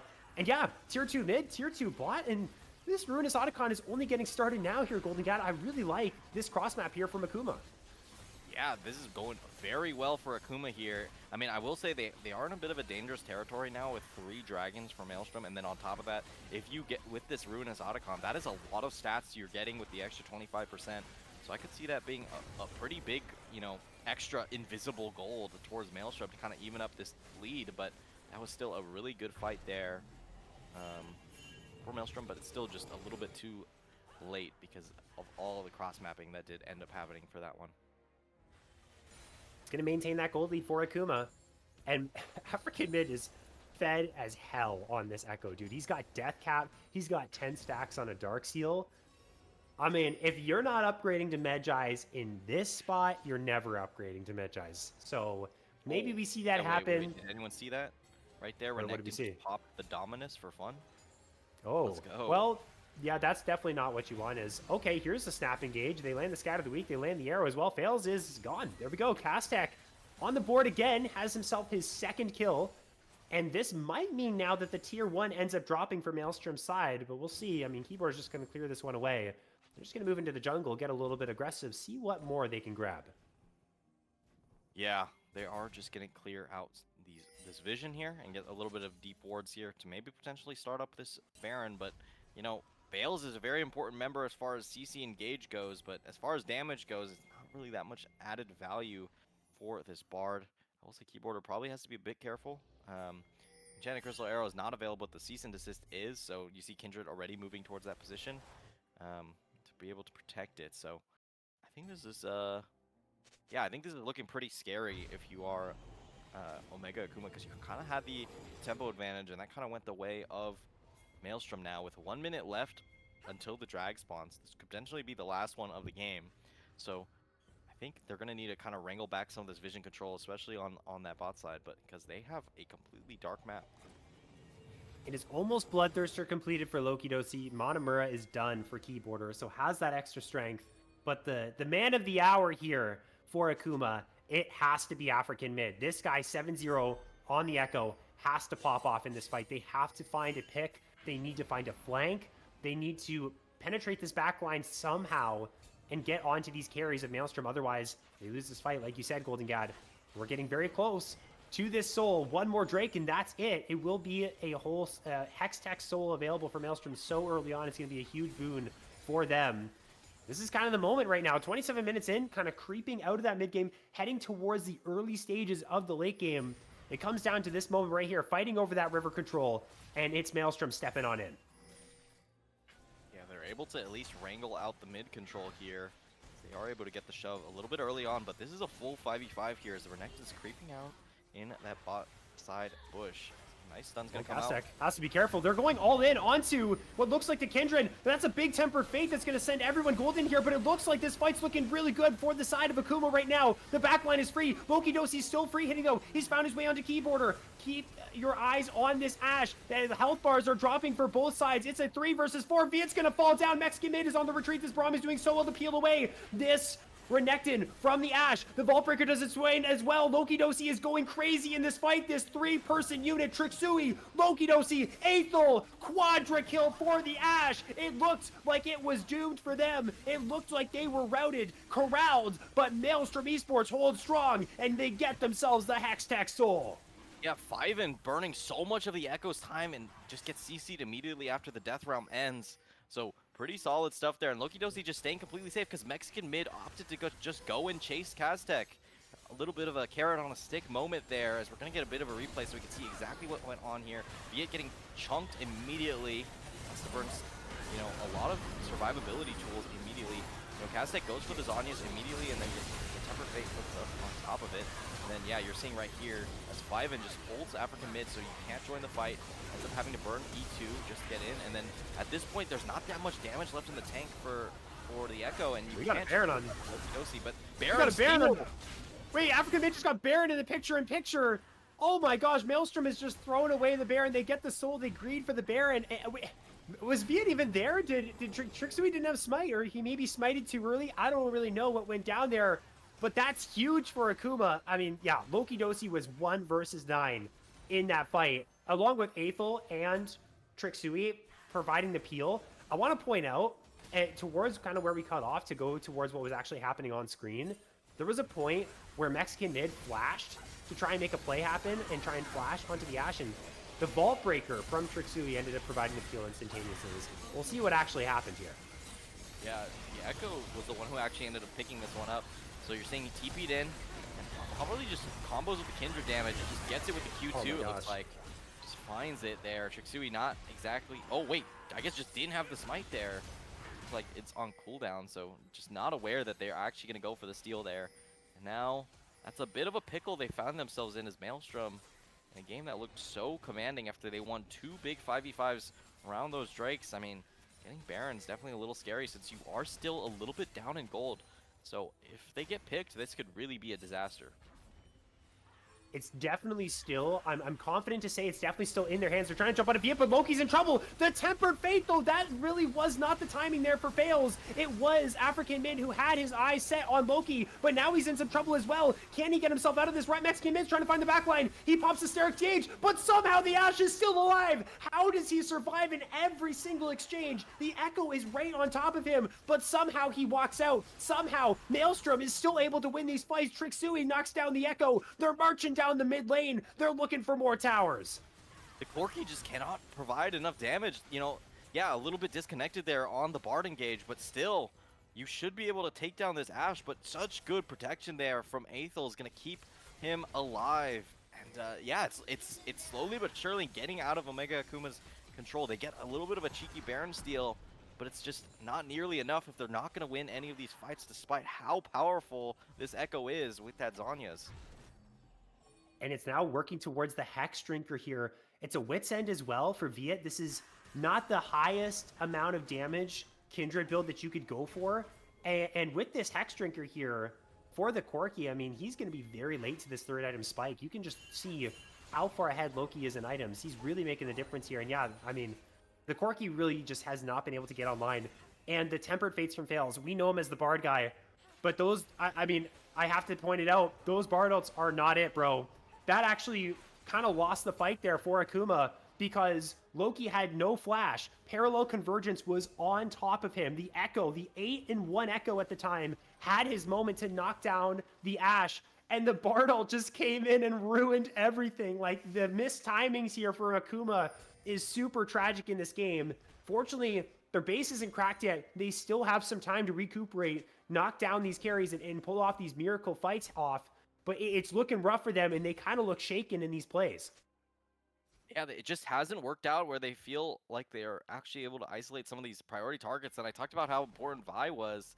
Yes, the Syndra's not having the best game, but this Vi is really showing up here for Maelstrom. And I think putting up a good performance for that champion. Going pretty tanky here with the Black Cleaver plus the Sterix Gauge. So has a lot of survivability, so the Echo's not going to be that great.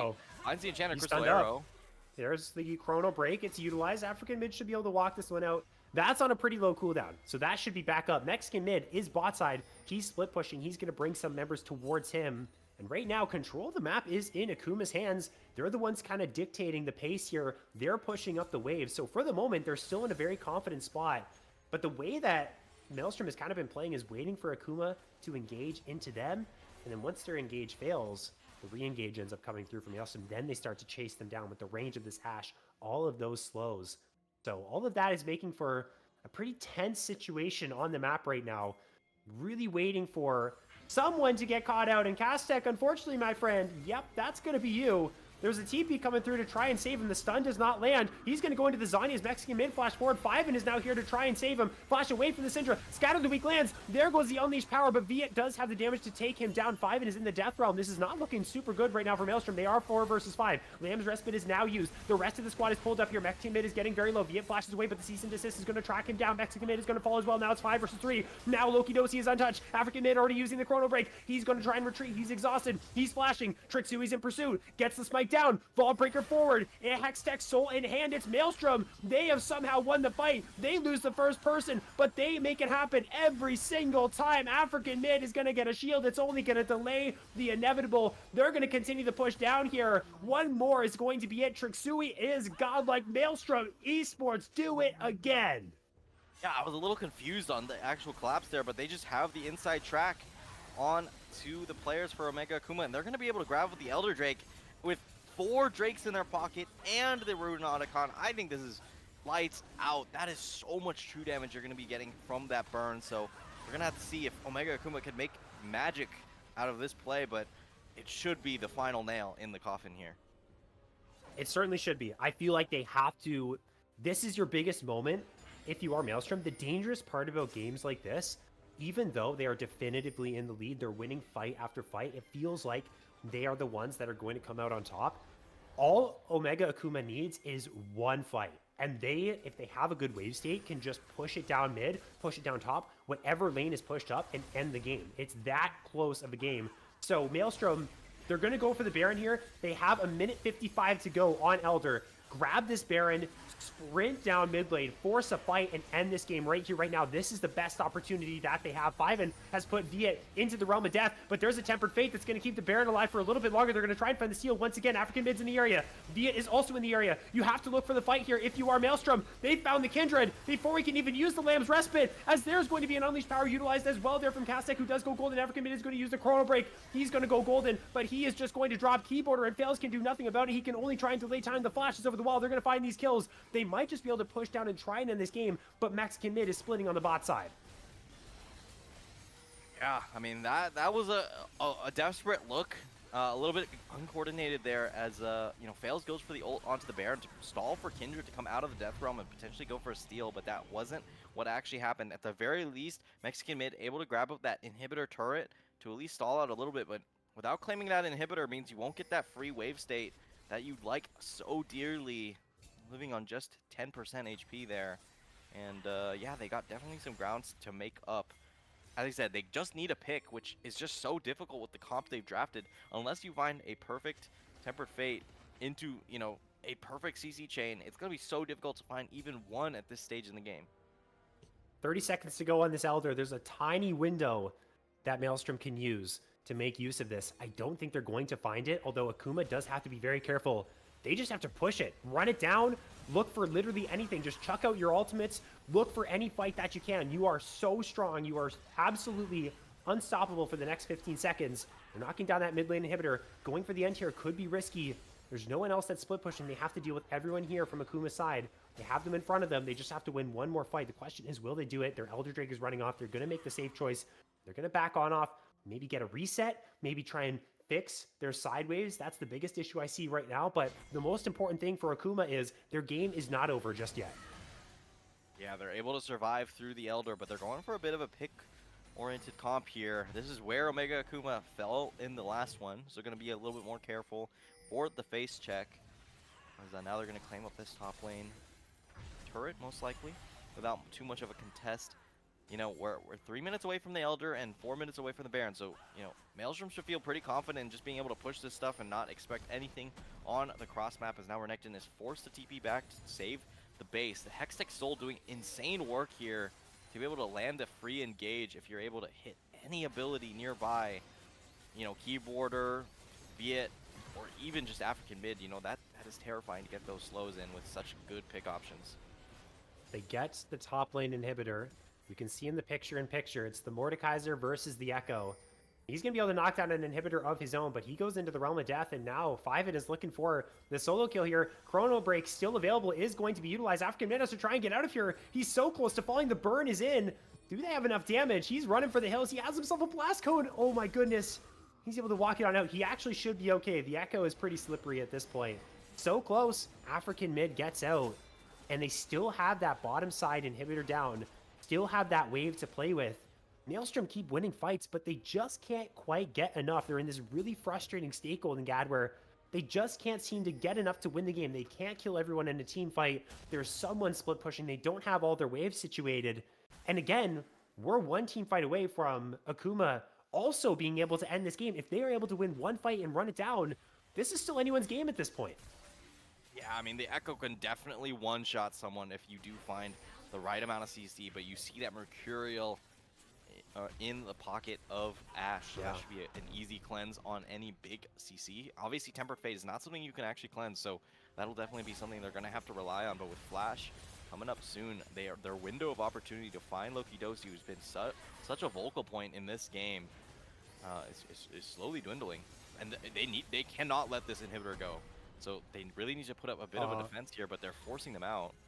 They're trying to, I guess, spread the defenses thin here from the side of Maelstrom. They're trying to single someone out, but they just can't do it. African mid's already used the Chrono Break, does have to use the flash as well, and the front line is Five and tanking up for the rest of the team. That's a big Tempered Fate. Viet's on the flank. Could this be the moment here for Akuma? It looks like everyone's safe for now from the side of Maelstrom. The front lines are keeping each other at bay. Kastek finds the first kill. Viet falls. He can't even use the ultimate again. Not able to find the value he wanted from this pick. Now 4 versus 3. 5 versus 3 rather. No one from the side of Maelstrom has dropped yet. The Nexus Tower is getting low. Going golden is African mid. 1 kill over to Keyboarder. He's able to knock down the Braum. Loki's in some trouble. He has to QSS away from the Renekton, who's to take him down, and he does. There's actually it's the full ace. No one is left. This is going to be game. Maelstrom Esports finally able to find the fight that finally brings down Akuma. They go up 2-0 in our grand final. Yeah, another game where there's a very powerful member on the side of Omega Akuma, but they just cannot, you know, make it happen and actually close out that game. Again, I mean, it's so rough if you are, you know, either African mid or even Viet there, because you've had good games and it just hasn't mattered that much. The team fight's going the opposite way because ease of execution with the Vi, Ashe, Syndra, Braum, like that is a very easy core to deal with. You have such good peel, you have such good CC. It's a lot more easy to navigate there, whereas if you can hard CC the Kindred, can't ult. If you can hard CC the Echo, also can't ult. So like, and you have all the tools to potentially make that happen, and with Mordekaiser able to isolate one member every single time, you know, these fights where you'd expect a lot of layered damage and CC to come in on a couple members, that you could really disrupt that. So I think they played it really well here from Maelstrom, and they put themselves 2-0 in this grand finals, and honestly, they're looking like the better team. A very comfortable position to be in, but for that, the mindset has to be, you know, job's not finished. Reverse sweep is always still possible. It's still on the cards. They got one more game, and they will be at your 2025 Titan Immortal Winter Champions. But Akuma, they still got a chance themselves. Reverse sweep, it's quite daunting. One game at a time, and they might be able to pull it off here. But honestly, like, the teamwork in these fights, the macro has looked a little bit shaky for Maelstrom's side, but they're fighting. And especially Loki, we just have to shout this guy out. In that fight where he got the big quadra kill, that was the biggest fight there for the side of Akuma, and he popped off.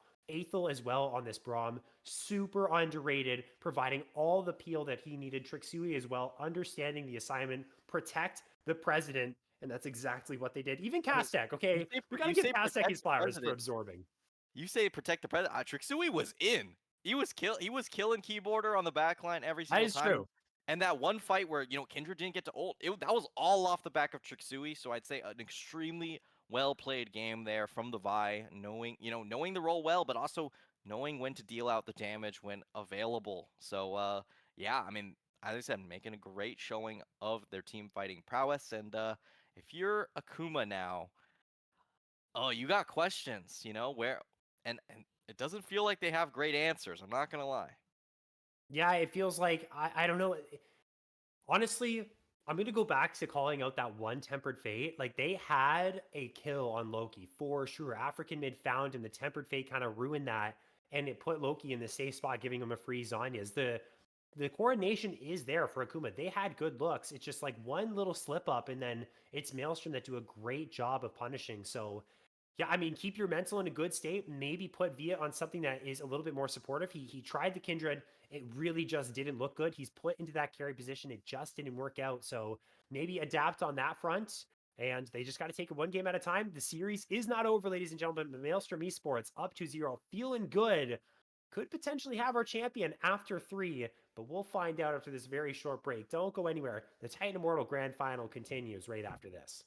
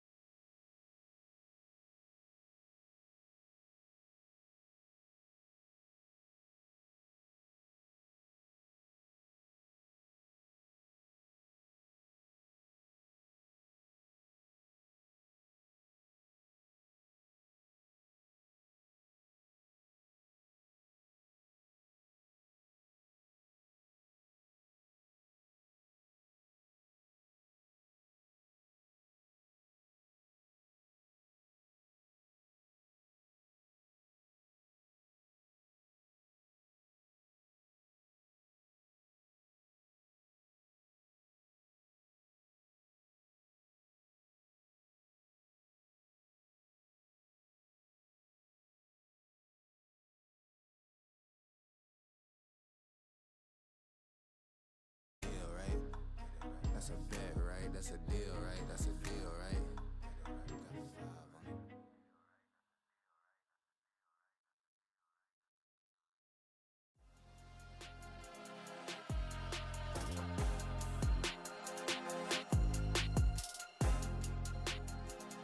Welcome back to the Titan Immortal League Grand Finals. Before we head into the draft for game number 3 between our finalists, Maelstrom Esports and Omega Akuma Pairing Knives, we got some very special awards to dish out. The All-Star End of the Year Awards, shouting out some of the players who've been playing phenomenally throughout the course of this winter split.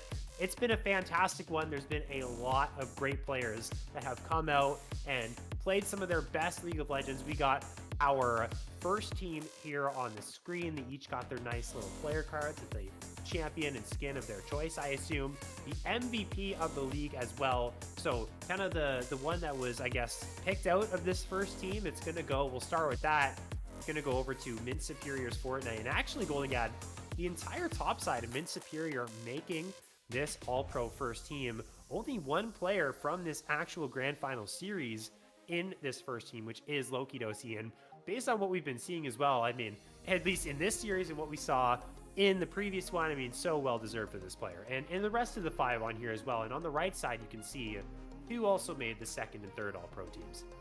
Yeah, I mean, for sure, you know, Mint getting their flowers for defeating Dorado.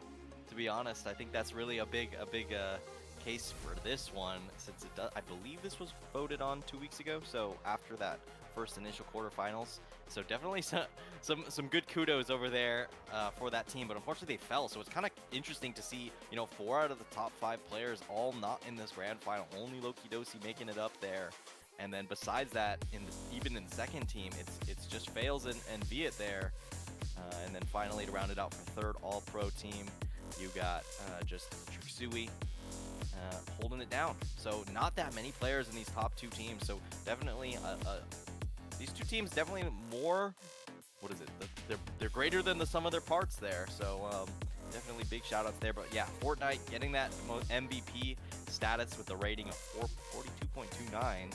Very solid.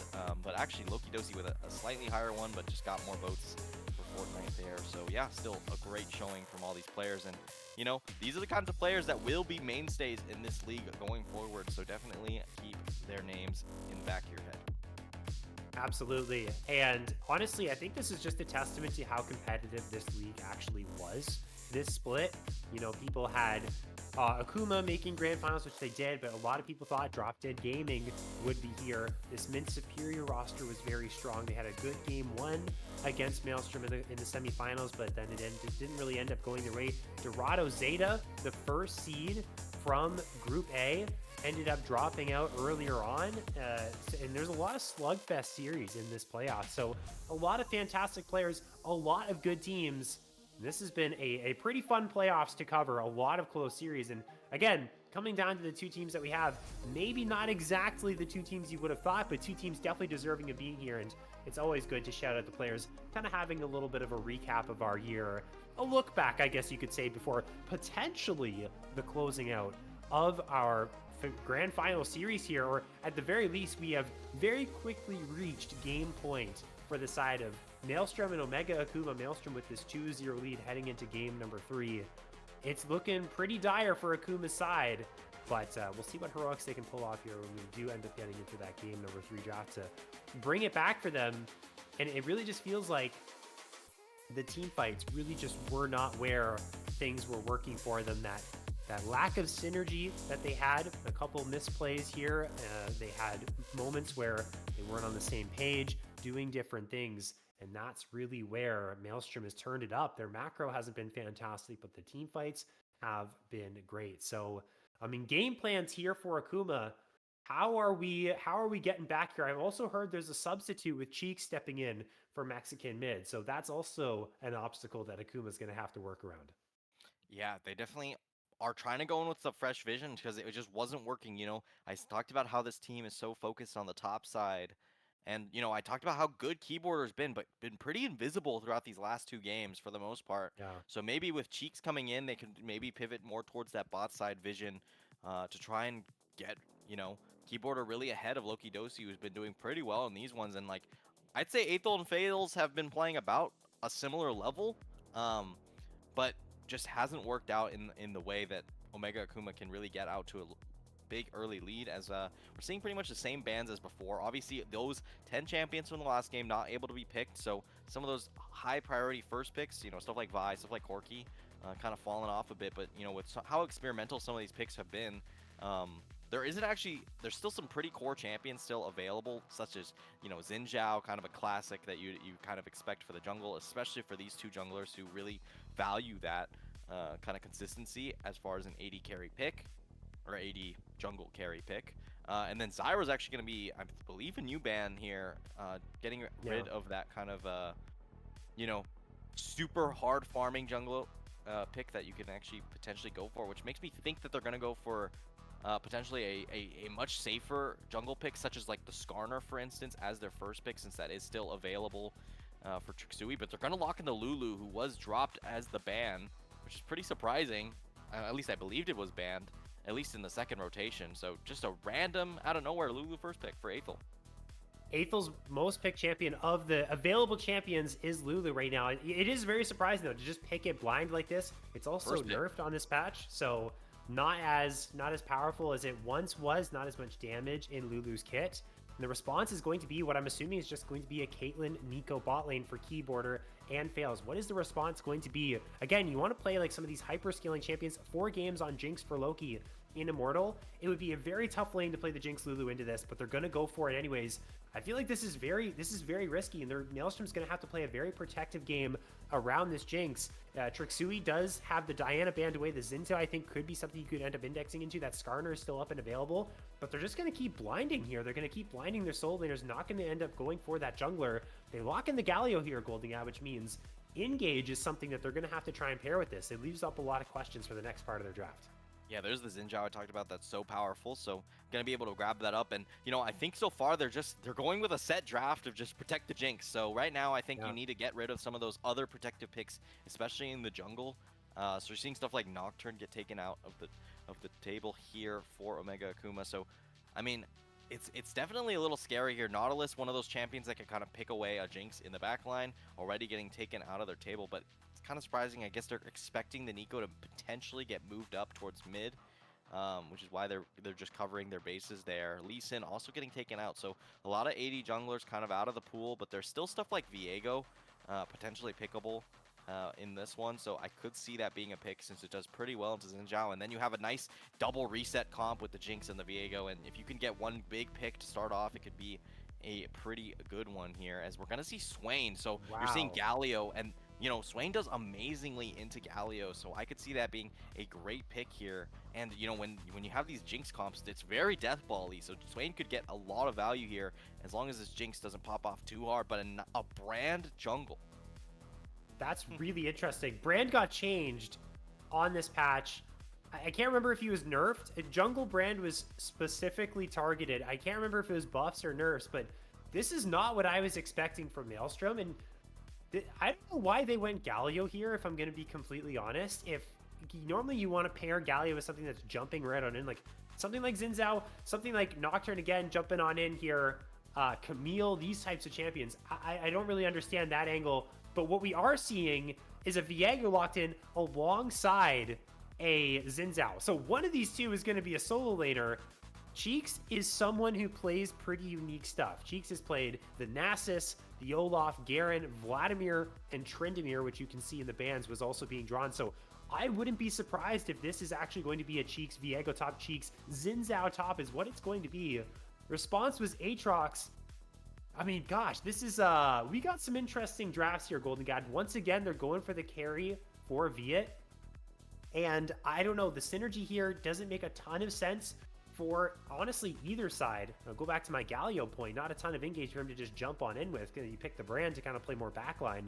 But it'll be interesting to see. Loki's been performing like an absolute beast. Put him on the Jinx. I mean, I think that's a pretty solid gamble at this stage of the series.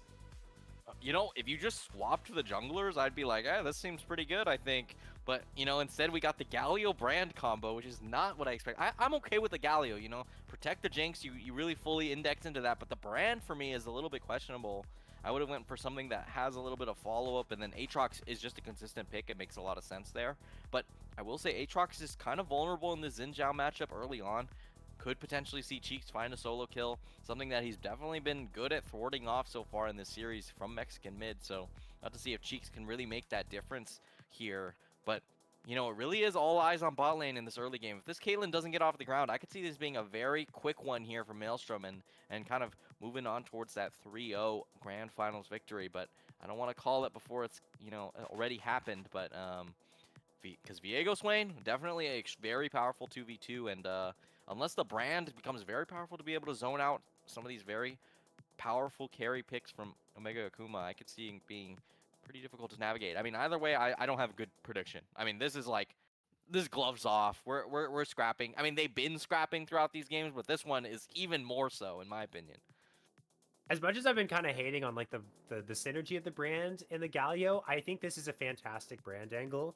And also, Brandy Fan, not Brandy Fan, Brandy Fan is, let me know in chat that Jungle Brand was buffed. I knew it was buffed or nerfed. I couldn't remember what it was, but yeah, Jungle Brand buffed on this patch, and it used to be super, super strong pick band in competitive play. And the reason I like the brand angle is because there's so many melees on the side of Akuma that they're going to jump on in. Swain's going forward, Viego's going forward, Xin Zhao's going forward, and Brand loves that all day long. Give me those free pyroclasms to bounce back and forth between you all and just ruin your day. So I think Trixui could have an absolute heater of a game on this brand potentially. And again, I want to reiterate the point that you made, Golden Gad, which is also very important. Keyboarder fails. They need to have a lead here. That's everything about Caitlyn.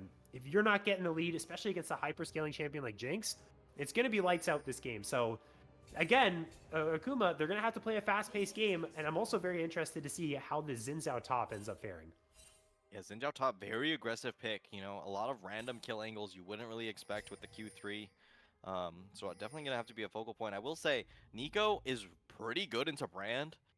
You know, besides the bouncing, obviously you could go in between the clone or not. But you know, Brand kind of hates this kind of longer range engage with that you could get flashed on, that kind of thing. So I could see that being a little bit more difficult for the Brand to navigate. But if you're dumping everything on this Brand, the Jinx is gonna stay pretty safe. So you're in a pretty tricky spot if you are fails. But you know, I think this is still a decent chance for this game, and you know, we'll have to see if the kills actually go a little bit more even spread throughout this game instead of just being so focused on one member here for Omega Akuma, since it hasn't really worked that way for the last couple.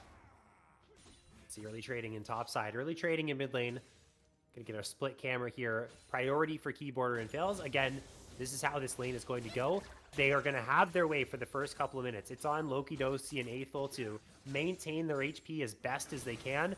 Maybe get bailed out by their jungler a couple times. Now, the thing about Keyboarder and Fails is they're very far pushed up. The best way to punish a Caitlyn who is playing super aggressive is to find those ganks. The only problem is it's a brand. They don't have a ton of gank setup. And of course, if counter ganks are a potential threat, you don't know where the enemy jungler is. You obviously don't want to be giving triple kills over to someone like a Viego. So this was the bargain that Maelstrom Esports bot lane went for. They picked the Jinx early on. They picked it into the Caitlyn. So they're going to have to live with the consequences here, which is that really rough early game. Loki Dosi already down to about a third HP. It's going to get dangerous.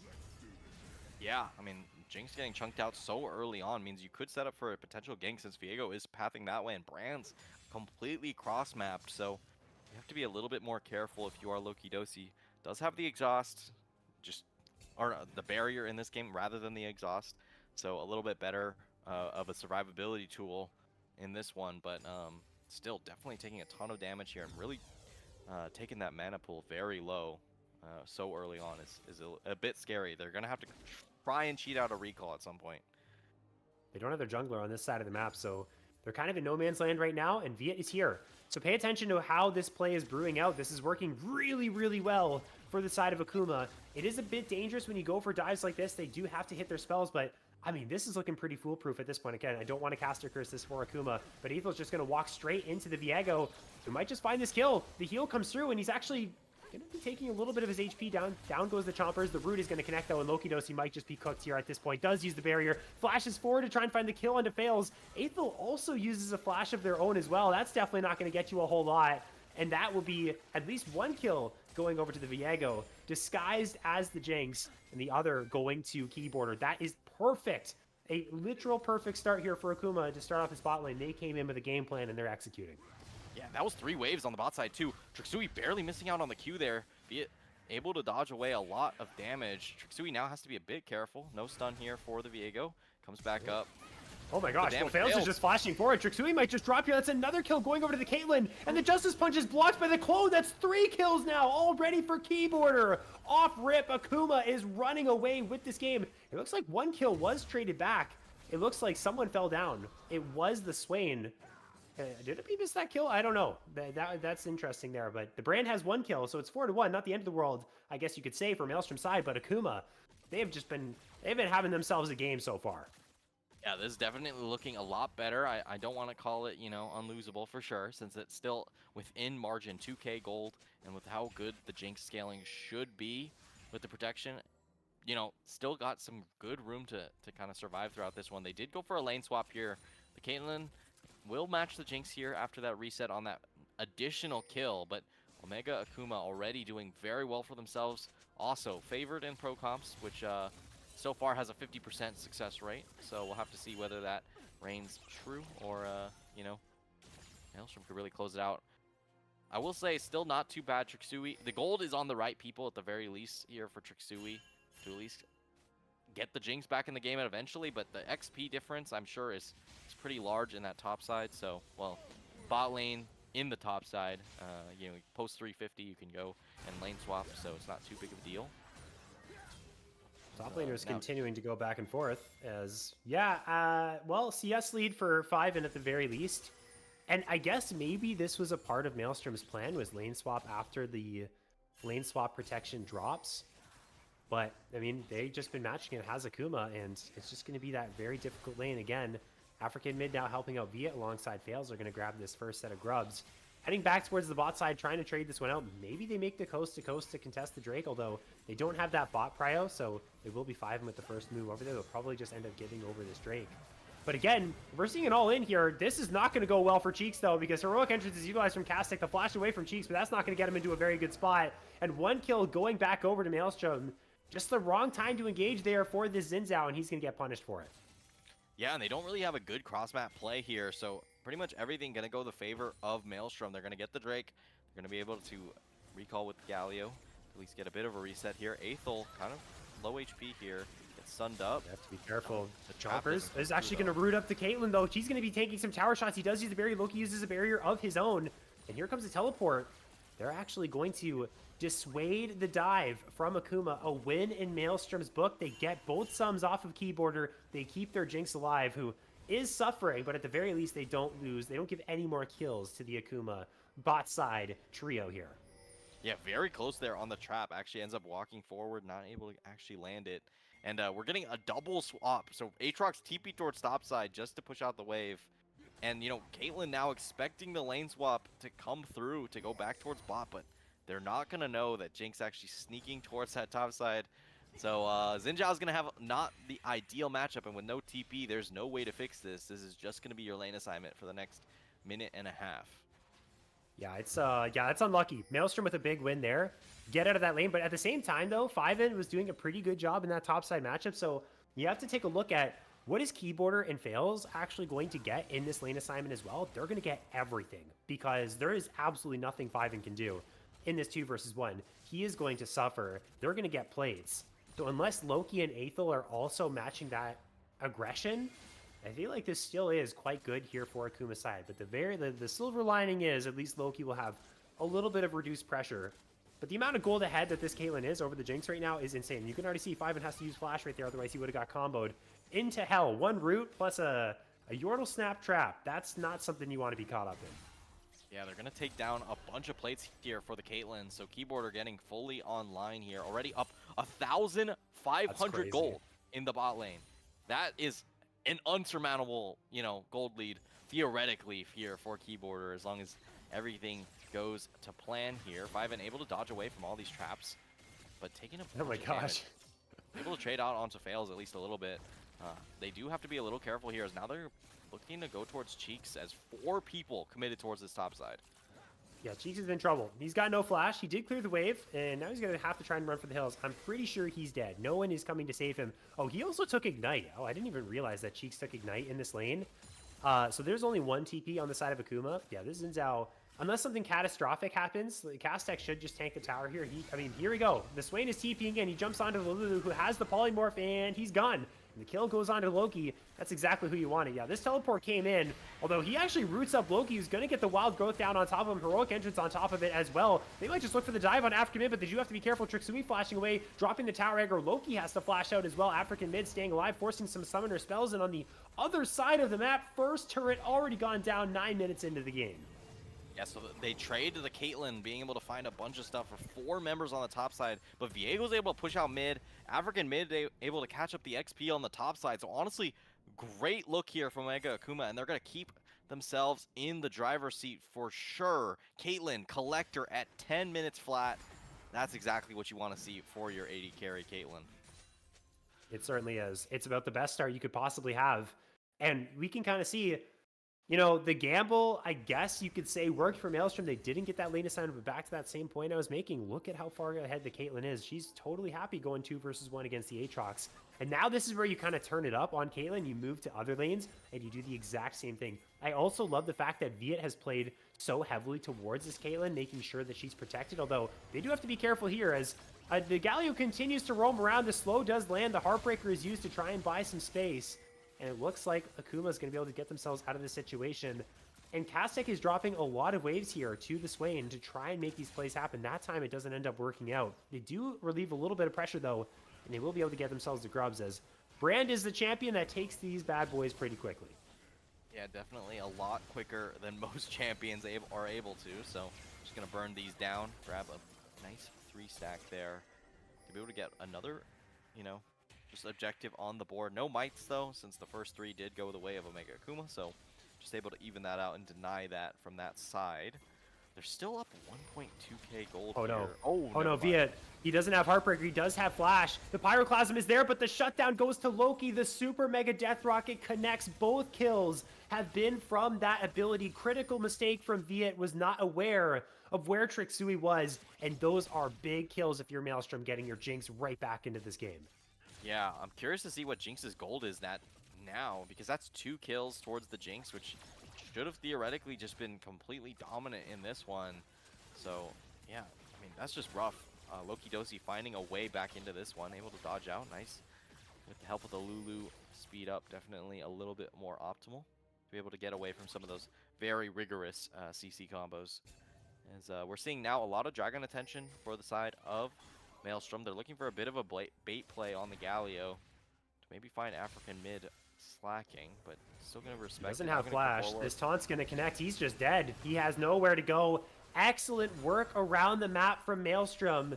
This is kind of what we were missing from their gameplay in the first couple of games. Their macro wasn't as fantastic. This time around, especially Trixui spearheading a lot of these plays. This has been fantastic for Maelstrom. They're now ahead in kills. They're slowly closing that gold gap. Again, this bot lane situation is very much meaning that Akuma still has that gold lead. But these trades are even going a little bit better here for Loki and Aethel, and they're also on 2 Drakes. So what looks like a pretty doomed early game is now completely fine if you're Maelstrom. Keyboarder has to be careful here. The Super Mega Death Rocket is available, and that does a ton of damage. If you land a W here, Keyboarder is going to have to barrier, and, you know, it's still going to be pretty close, but it will survive for now. I expect them to maybe go for a or cancel on this recall, which could be pretty disastrous here. Oh my gosh. Oh, close. I mean, that could have... Oh, wait, they're actually trying to greed this wave here, and Viet is on the flank. There's no one here to help Loki and Ethel. It is a 2 versus 2. Just... Oh, boy. Oh, no. This is terrible. Oh, wait. They should have waited. They should have waited for Ethel to leave, but I think they have this kill here. Here comes a Pop Blossom. It gets 2 there for Fails, who almost drops himself, but there's the kill going over to Viet. Ethel trying to trade one back, is going to flash forward and make it a 1-for-1 for now. But now a second kill goes to the Viego. I'm not even sure if flashing forward for that was worth it. Because as much as we talk about the Caitlyn, if this Viego gets online, he can cause some real problems as well. On the other side of the map, it looks like Cheeks is dead. Trixui just solo killed him between the towers. That is not what you want to see from your Xin Zhao. Is at least Maelstrom's getting something back. Yeah, Keyboarder wants to get these plates up before the 14-minute mark does come through. trap is might not, come afterwards. This is very terrifying. But, you know, with the TP changes, you have to predict where they're flying in from rather than, you know, the traditional always towards the base. So not as easy for the Caitlyn to set up stuff like that. Yeah, it's honestly pour one out for Caitlyn players. I myself have been a Caitlyn enjoyer for a couple of times when I was playing solo queue, and not being able to just drop the auto snap trap behind the tower is just so annoying now. Because it was so satisfying when you could do that. But someone's in trouble. It looks like it's Fails, who's found himself in an unfortunate situation. Every single support player gets himself into this situation at least once in a series, trying to get vision down, getting caught with your pants down. And unfortunately, if you are Akuma, that means one more kill going over to Loki, working towards his Yuntal Wild Arrows. And that's just, these are detrimental things that you cannot be giving over. This Caitlyn is very slowly losing her grip on this lead that she's had. And once that's gone, it's in the Jinx's favor. I mean, Maelstrom have a fantastic look in this one. Yeah, I mean, they're still very ahead as far as gold goes. Still 1.8k just about for the side of Omega Akuma. But, you know, with every kill that goes over, it's just a little bit closer, chipping away at that advantage. And the Caitlyn really hasn't been able to use the lead just yet. And you know, just like game one, you have to actually utilize the leads you have. You can't just flounder for, you know, 20 minutes at a time. I'm really going to want to see some sort of play come around this Caitlyn to really put her in a good position, since you don't want to be fighting when you are behind. So, I don't know. But their engage options are just not that great. They have Pop Blossom, but no Flash on the Nico for at least another 2 minutes, it seems. So, no easy snap engages onto some of these squishy targets. As now we finally get to see the gold here. 1.3k still for the Caitlyn, but if you remember, that was 1.7k at some point. So it's definitely been shrinking just a little bit, you know, despite the plates that went over, despite the 35 CS lead here for the Caitlyn, still getting closer nonetheless. Oh, 5-in, Umbral Dash over the wall, gets out of dodge there. Might have been collapsed on by 3 people. And we see leads for both sides, bot lane and jungle, specifically for Akuma. Top side is the lead that Maelstrom Esports are able to hold on to, making sure that this gold lead isn't too detrimental to themselves. Rift Herald on the map now. The Grubs went split between both of these teams, but it looks like, well, actually, it actually doesn't look like a very good Rift Herald take angle. Is actually just going to reset Trixui and gang in the area as well. So for the moment, Akuma's not going to be able to grab that one.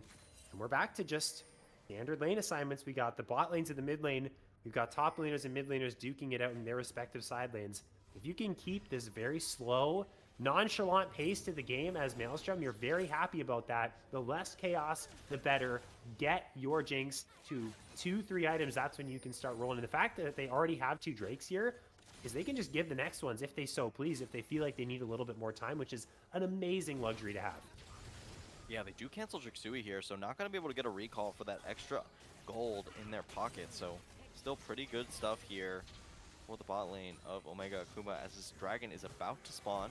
Cheek's getting dangerously low. What the hell? 5-in just diving him under the tower like that? Okay. That is crazy. This is 5-in's top lane. And Cheeks has just decided to live in it, but not any longer as he gets killed. A solo kill to the Aatrox. The tower going down. Keyboarder and Fails retreating in the mid lane. Drake is up in a couple of seconds. There is teleport up available soon for 5-in. Maybe Maelstrom ends up making a play. Yeah, just not able to find the advantage in the top side as 5-in. Doesn't matter what top lane they're playing, but hold that thought. They're going for a fight in jungle here. Last set jumps on in. Viet's in trouble. He's only level 10. Flash away there from African mid who tried to jump on in. That's the Hex Gate that's canceled. Viet can't get out, has to use the Heartbreaker to escape. Maelstrom, they have Akuma's number right now across the map in these plays. And Akuma can't go for the Drake right now, Goldigad. We could potentially see 3 Drakes go down here pre-20 minutes for Maelstrom.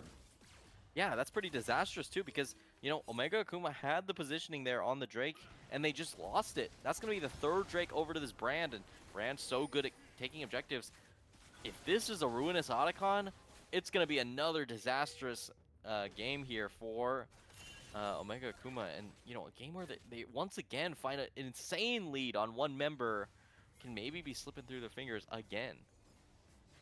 It's getting very dangerous for them now. They're down in kills. The gold is now even. They're down 3 Drakes.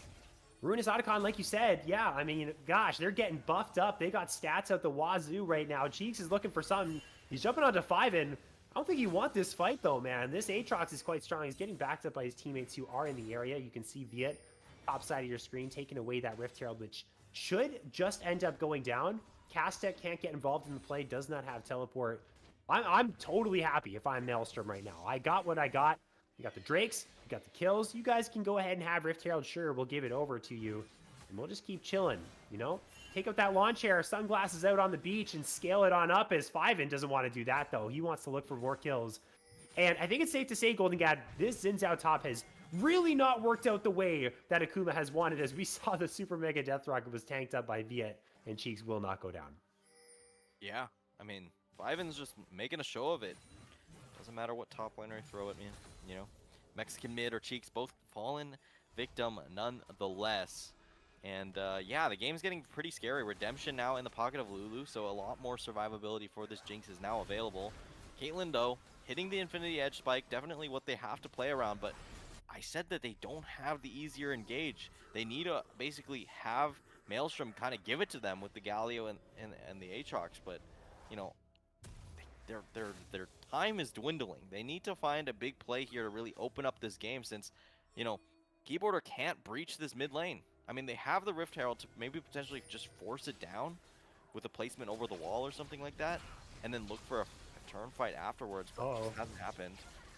Fails is trying to get vision again, gets stunned up. There goes the passive from Trixui. So much damage. Now this Nico playing with a 3rd HP, it's going to make it so much more difficult to try and look for engages. The second you put a Pop Blossom, you're just going to die. You yourself are going to pop. You're going to pop your own Blossom there, as now he's going to have to channel the recall. He's going to have to get on out and control over the river for Maelstrom. They continue to play with confidence around this mid lane, and Akuma has not been able to make plays with this Caitlyn. Like you said, Golden, God, like, he can't break the tier 1 tower. He's trying to siege, but Loki is just sitting there alongside his Lulu, trading waves. And if you're trading waves with the Jinx as Caitlyn, that's just never a situation you want to be in. Akuma is in a real tough spot here. -1 for Loki. Unfortunately, I'm going to have to call that out as standard procedure there as a caster if you see that. But we're seeing a potential Pop Blossom angle. That's going to find it onto Loki, who does get the wild growth. He's locked up, but is the damage there? It doesn't look like it is. Fails, just drops Heartbreaker, used defensively for Viet, flashing forward. His Castek is going to force the flash off of Keyboarder. And Maelstrom Esports, in the faces of Akuma, just say that engage was absolutely nothing. We're walking out +1. Oh no, it's looking like more of the same here. Maelstrom able to kite out on that fight very well, and that's about as good of an experience as you're gonna get here for Loki Dosi, or, you know, or at least as good of a look as you're gonna find. And I mean, it's just, I don't know, it's looking doomed. I'm not gonna lie. They need I think they should really find Trixui. I think that's probably the most vulnerable member, since, you know, Aethel isn't going to always be there. And Brand's a super immobile carry for the most part. You know, Jinx at least has like some speed ups and some easy self CC to get out of stuff like that. But yeah, I mean, this is just looking dire now. Caitlyn not being able to pierce through all the shields and healing that came through from that Lulu. Yeah, it's looking pretty uninspiring if you are Akuma right now. They're just not able to find what they want. It's like they try and send it onto Loki every single time, and with the protection of this Lulu, with the protection of this Galio, I mean, I guess we didn't really think about the applications of a Galio pick in the defensive sort of viewport. We're thinking offensively, jump in with a Camille, jump in with a Xin Zhao, and follow it up for engage. But how about just to disengage? How about just to protect the president? This time, really protect the president. It's a Jinx. That's all you really got to do. And they're doing it really well now. Infinity Edge completed for Loki. Pretty much this entire lead has evaporated from the Caitlyn side, even if it is just a 500, 600 gold lead. At this point in the game, 23 minutes in, that really does not matter. As, yeah, the Caitlyn can't really exert any type of lead, and Cheeks is just getting absolutely smacked around in the top side as Trixui's jumping on in. He's got a wild growth, and Keyboarder, well, you are gone, my friend. One more auto attack, that's going to do it. It looks like the hopes are being ripped away. Holy crap, that Super Mega Death Rocket. There's a whole lot of damage. Fails is getting on out of there with the Hex Gate, and Viet is now in an interesting position. Has to find himself a 1 versus 1 against 5, and while it looks like Fails didn't actually end up escaping as Trixui picks up that kill. Hey, there's a Ruinous Otacon here as well. Viet's playing Ring Around the Rosie. I don't think Maelstrom Esports care about him anymore unless he's jumping in for a Smite Steal. They get the fight. They get the objective. Golden Gad, this one is looking real done and dusted. That, it's cooked. I think Omega Akuma doesn't have much left in the tank. Viet is going to go for the steal here on the drag. But, you know, this is completely blind. You're just going to have to go for it nonetheless. So, yeah, Viet's going to have to do some magic work here. But no, just going to go for the recall, and that's a soul at 24 minutes, as well as the Ruinous Otacon. I mean, this is as good as conditions as possible, and you have the Hextech Soul, which is so good at dissuading engages from this Caitlyn core. I think that's pretty much over. Yeah, it's Soul. It's done, like you said. We're already at that point. We've scaled. We've got items. Cheeks is dead again. Maybe not. Castek's gonna... Well, Castek's gonna say, "You lucky bastard, next time I'll get you." As Viet is, well, he thinks he might have Castek and 5-in. Well, guys, I don't think you do. Pop Blossom is going to be used. This 2 versus 2 is not going to go very well for you guys. Here comes a heroic entrance. This Aatrox is tanky, man. He's got himself a magic damage shield. He's got the Darkened Blade, and he's going to bring you down. Cheeks and Fails on the retreat. I mean, it's lights out here. They're pushing mid lane as well. African mid is elsewhere. He's up in Narnia topside. This was honestly quite the anticlimactic kind of game that we had. We thought maybe Akuma found it in the early game, that they got the lead that they needed, but ever since then, ever since that first dive, it's just imploded from there. Yeah, I mean, I think crucially, like, you lose the top lane so hard that, you know, 5-in just gets bailed out of the game despite getting forced out of that bot lane by the Caitlyn Nico. You know, Caitlyn just couldn't translate that lead into anything really. They don't have the easy engage. They need to find something with the Nico. They finally find one, and it doesn't work out because at that point the Jinx had picked up a couple kills, and just like that, your strategy of, you know, really shutting out the Jinx for the rest of the game just doesn't work out because of some crucial mistakes on the top side. You could just feel the confidence right from the beginning of the draft for this game number 3 that Maelstrom had. You know, I'm an AD carry player. If I see a Lulu on my team in solo queue, and I see a Caitlyn Nico on the other side, I might actually be clicking the X in the top right of the corner and just saying, guys, like, I'm good. I'll play. I'll try my luck in 5 minutes. But they don't care. They pick the Jinx. It works out for them. I mean, it's pretty valid to say everyone on the side of Maelstrom, especially in this game, they've pulled their weight. They've done their part. 5-in has absolutely put Cheeks in the dirt. Trixui's been there to really shut down Viet when they were looking for more of those dives. The right place, right time has been consistent damage. Castek and Aethel have been the peel that Loki needs, and Loki's been doing the damage. They've really gelled together as a team, and at the exact right time here in this grand final, looking so good, so poised to take this 3rd game. And they're just so confidently starting up the end. They might just flip this. I don't even agree with this decision here, because Viet just gets into the pit. The 50-50 ends up going their way. It seems like nothing they can do that's wrong at this point. And they get the Baron, and I mean, that's just salt in the wound. I mean, good luck to Akuma to defend this push. Yeah, that is a Jinx. 3 items completed. Really no sweat in the world. The 5-in just able to take up so much space. That is a level 17 Aatrox. Viet and Fails are 10 and 12 respectively. That is terrifying. Yeah, no, that's, well, good luck trying to take him down. He's quite literally a demigod at this point, and that is going to be the Viego in the dirt. The fight is going to commence underneath the tower, and 5-in is just tanking up quite literally every single thing, including the kitchen sink thrown towards him, and Loki Dosi with the rockets is bombing them to shreds, tearing them to shreds, lighting up their whole hopes of winning the Titan Immortal League in 27 minutes. An absolute DoorDash of a series. Maybe not the team you expected to get to finals. Certainly not the team you might have expected to win, but they're bringing it home in 3-0 fashion. Maelstrom Esports are your Titan Immortal 2025 Winter Champions.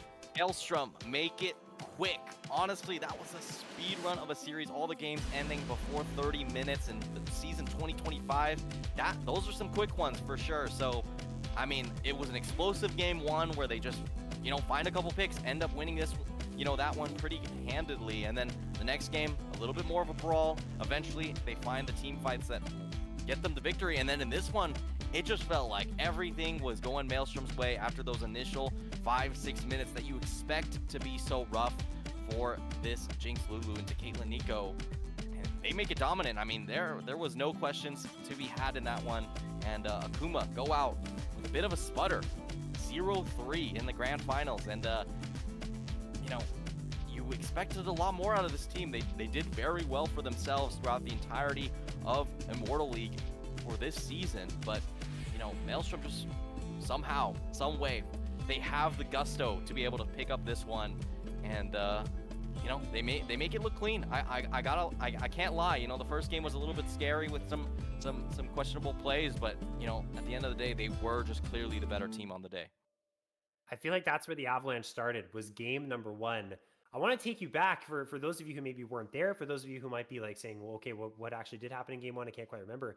It was Viet on that Gwen, literally flame horizoning Trixui. It looks like the perfect spot for Gwen to take over the game, for Akuma to start this series off with a 1-0 lead. And one big mistake, one big pick led to a very anticlimactic ending to game 1. Maelstrom getting that first strike in the series and just running away with the momentum. Their team fighting in game 2 was fantastic. Things were never really clicking for Akuma. They weren't able to get the most out of their draft in game number 2. They had moments, but the coordination kind of fell apart. They've also had a little bit of connection issues, but in the reality of things, it didn't really do a whole lot in the grand scheme of the series. I think all credit has to go over to Maelstrom. And honestly, it's so easy to just, it's pretty clear we'll give the MVP of the series to Loki Dosi, who just performed like an absolute beast.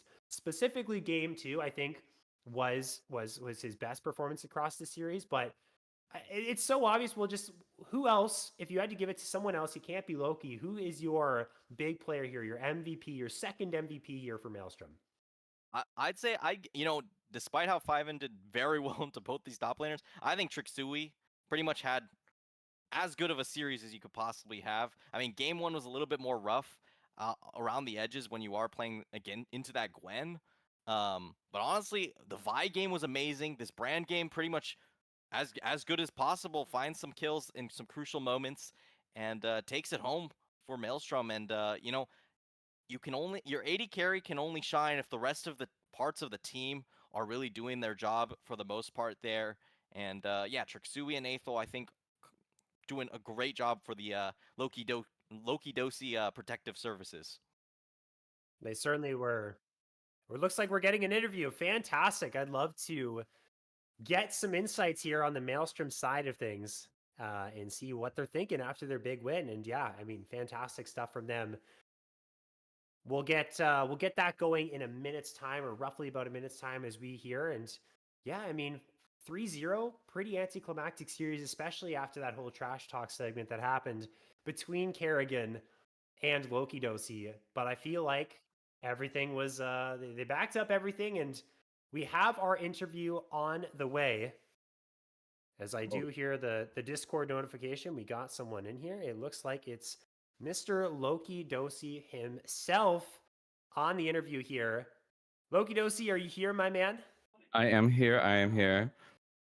Hell yeah. So congratulations on the win, man. You popped off in that series. I'll just ask you the standard question after you take a trophy home. How are you feeling right now? Especially so though, because of how dominant that series was. Are you kind of like, wow, it's already over? Like, that's not what I was expecting. How did you feel that series when compared to expectations? Well, to expectations, I did think it was going to be a little closer because like we've only 3-0'd one or 2-0'd one series the entire time. Like we like playing our games, I think maybe I actually do really think like Akuma was like a good team, and we were like relatively worried heading into this series. I think maybe I don't know. It just seemed like they might have had an off day, but overall, I am happy that we were able to win. Obviously, I'm really happy that I was allowed to play in Titan and have this opportunity to play for us. So, Yeah, solid. I think back to these last 3 games, and I felt like there just weren't that many answers for most of the members on your team here. So I just think, how do you guys feel as a squad? If you guys are going to go forward, what do you kind of thinking of going forward into maybe the next season or something like that? Do you guys want to stick together? That's definitely some considerations to be had for this. yeah, we've been talking about it. I think for what we're planning to do in the future is, sorry for the background noise. I think we're at least 4 of us are staying together. I think Trix is looking to take some time for the summer, to handle some IRL stuff, and then after that we might come back as 5. But I think the core 4 of us, we are going to be looking to stay for the summer. Hell yeah. I mean, why not? You guys are the champs. Run it back. I mean, we'll see what you guys can do. So talk to me then. If you guys are potentially planning on running it back, you grow even stronger as a unit. How do you feel you guys grew over the course of the season from the point where you guys played your first match 2.5 months ago to now? What do you feel has been the biggest changes and part of the biggest reasons why you guys have been able to flourish into the champions of this league? Yeah, so I mean, when it comes to like what for us like growing, I think definitely compared to the start, we were having a lot of difficulties like even trying to get a solid roster. We did a lot of tryouts, like Kaztek in particular. Like he was trying to build a team for a long time. And so when we finally got our unit, things kind of meshed really quickly. And I think as we've gotten, we played more, our scrims kind of divulged into more and more chaos with us like just having like a really good time. And I think that's like probably been the biggest thing about it. It doesn't feel like an obligation. It feels like I'm just having a good time with some friends playing some League of Legends. Yeah, that's a really solid crew when you're just having the fun of League of Legends itself. So I mean, I gotta give kudos. Like, I'm not gonna lie, what happened last week in that game, I don't, where it just went back and forth. I have trauma from that. That was a terrible thing that you made me watch. I'm not gonna lie. You ended up with the victory nonetheless. So I think if I had to really if you had to sum up your season, what exactly would you feel is like I guess it's not about feeling. It's more about like, do you feel proud of your performance? Do you think you could have done better, stuff like that? Since this is the wrap up of it. Yeah, I mean, I think that's a really good question because I've had a lot of like I think like heading into this league, I had like a lot of like expectation, like because I'm like I am a known player for better or worse in this scene, right? And I I think I really wanted to just like I don't know. I wanted to try proving to myself that I am like a pretty good player for especially for this elo range. And when it comes to like I think obviously I could have played better. Like tonight I could have played better. I'm pretty content with it. Um, especially because I felt like in semis and quarters I felt like I was more of a role player than a carry. But like I think tonight I stepped up. I had a really good series, so I'm really content with it. And when it comes to the future, well, we'll just see what happens. Hopefully, we do keep improving. Good answer. I like it. Hell yeah.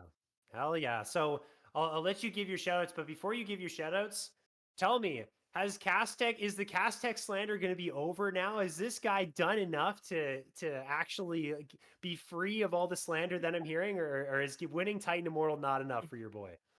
Uh, so I mean, I took the time when I was in game two. I held down tab and I took a screenshot of him being 1-6 and me being 4-2. My mid laner, my jungler being like 4-2. My top laner being 6-4.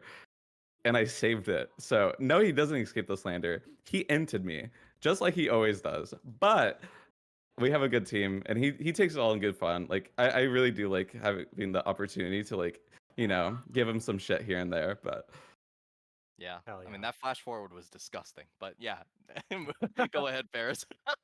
I think he's talking about the Cinder game into the Echo. But hey, Castech's a champion. Start putting respect on his name, and so are you, Loki. Congratulations to you. Any shout outs you want to give before we close out? yeah, I mean, honestly, I mean, shout out to my teammates, our org, our coach. We had a coach before and he ended up leaving, but then we've had someone else filling in, and he actually, he was doing it pro bono. He did a really good job. And then so yeah, obviously Trix, he's like really good at peeling me. He's the goat for that. He's been really fun to meet and hang out with. So I'm gonna miss him over the summer. Then obviously Kaztek, as much as he is the worst player to ever win Titan, he still is a Titan champion. And then obviously Aethel and Maka, they're just really fun people to be around. So I think that's about it. So once again, thank you guys so much for streaming this. Thanks for dealing with all the drama that I brought us on game day finals. Sorry about that.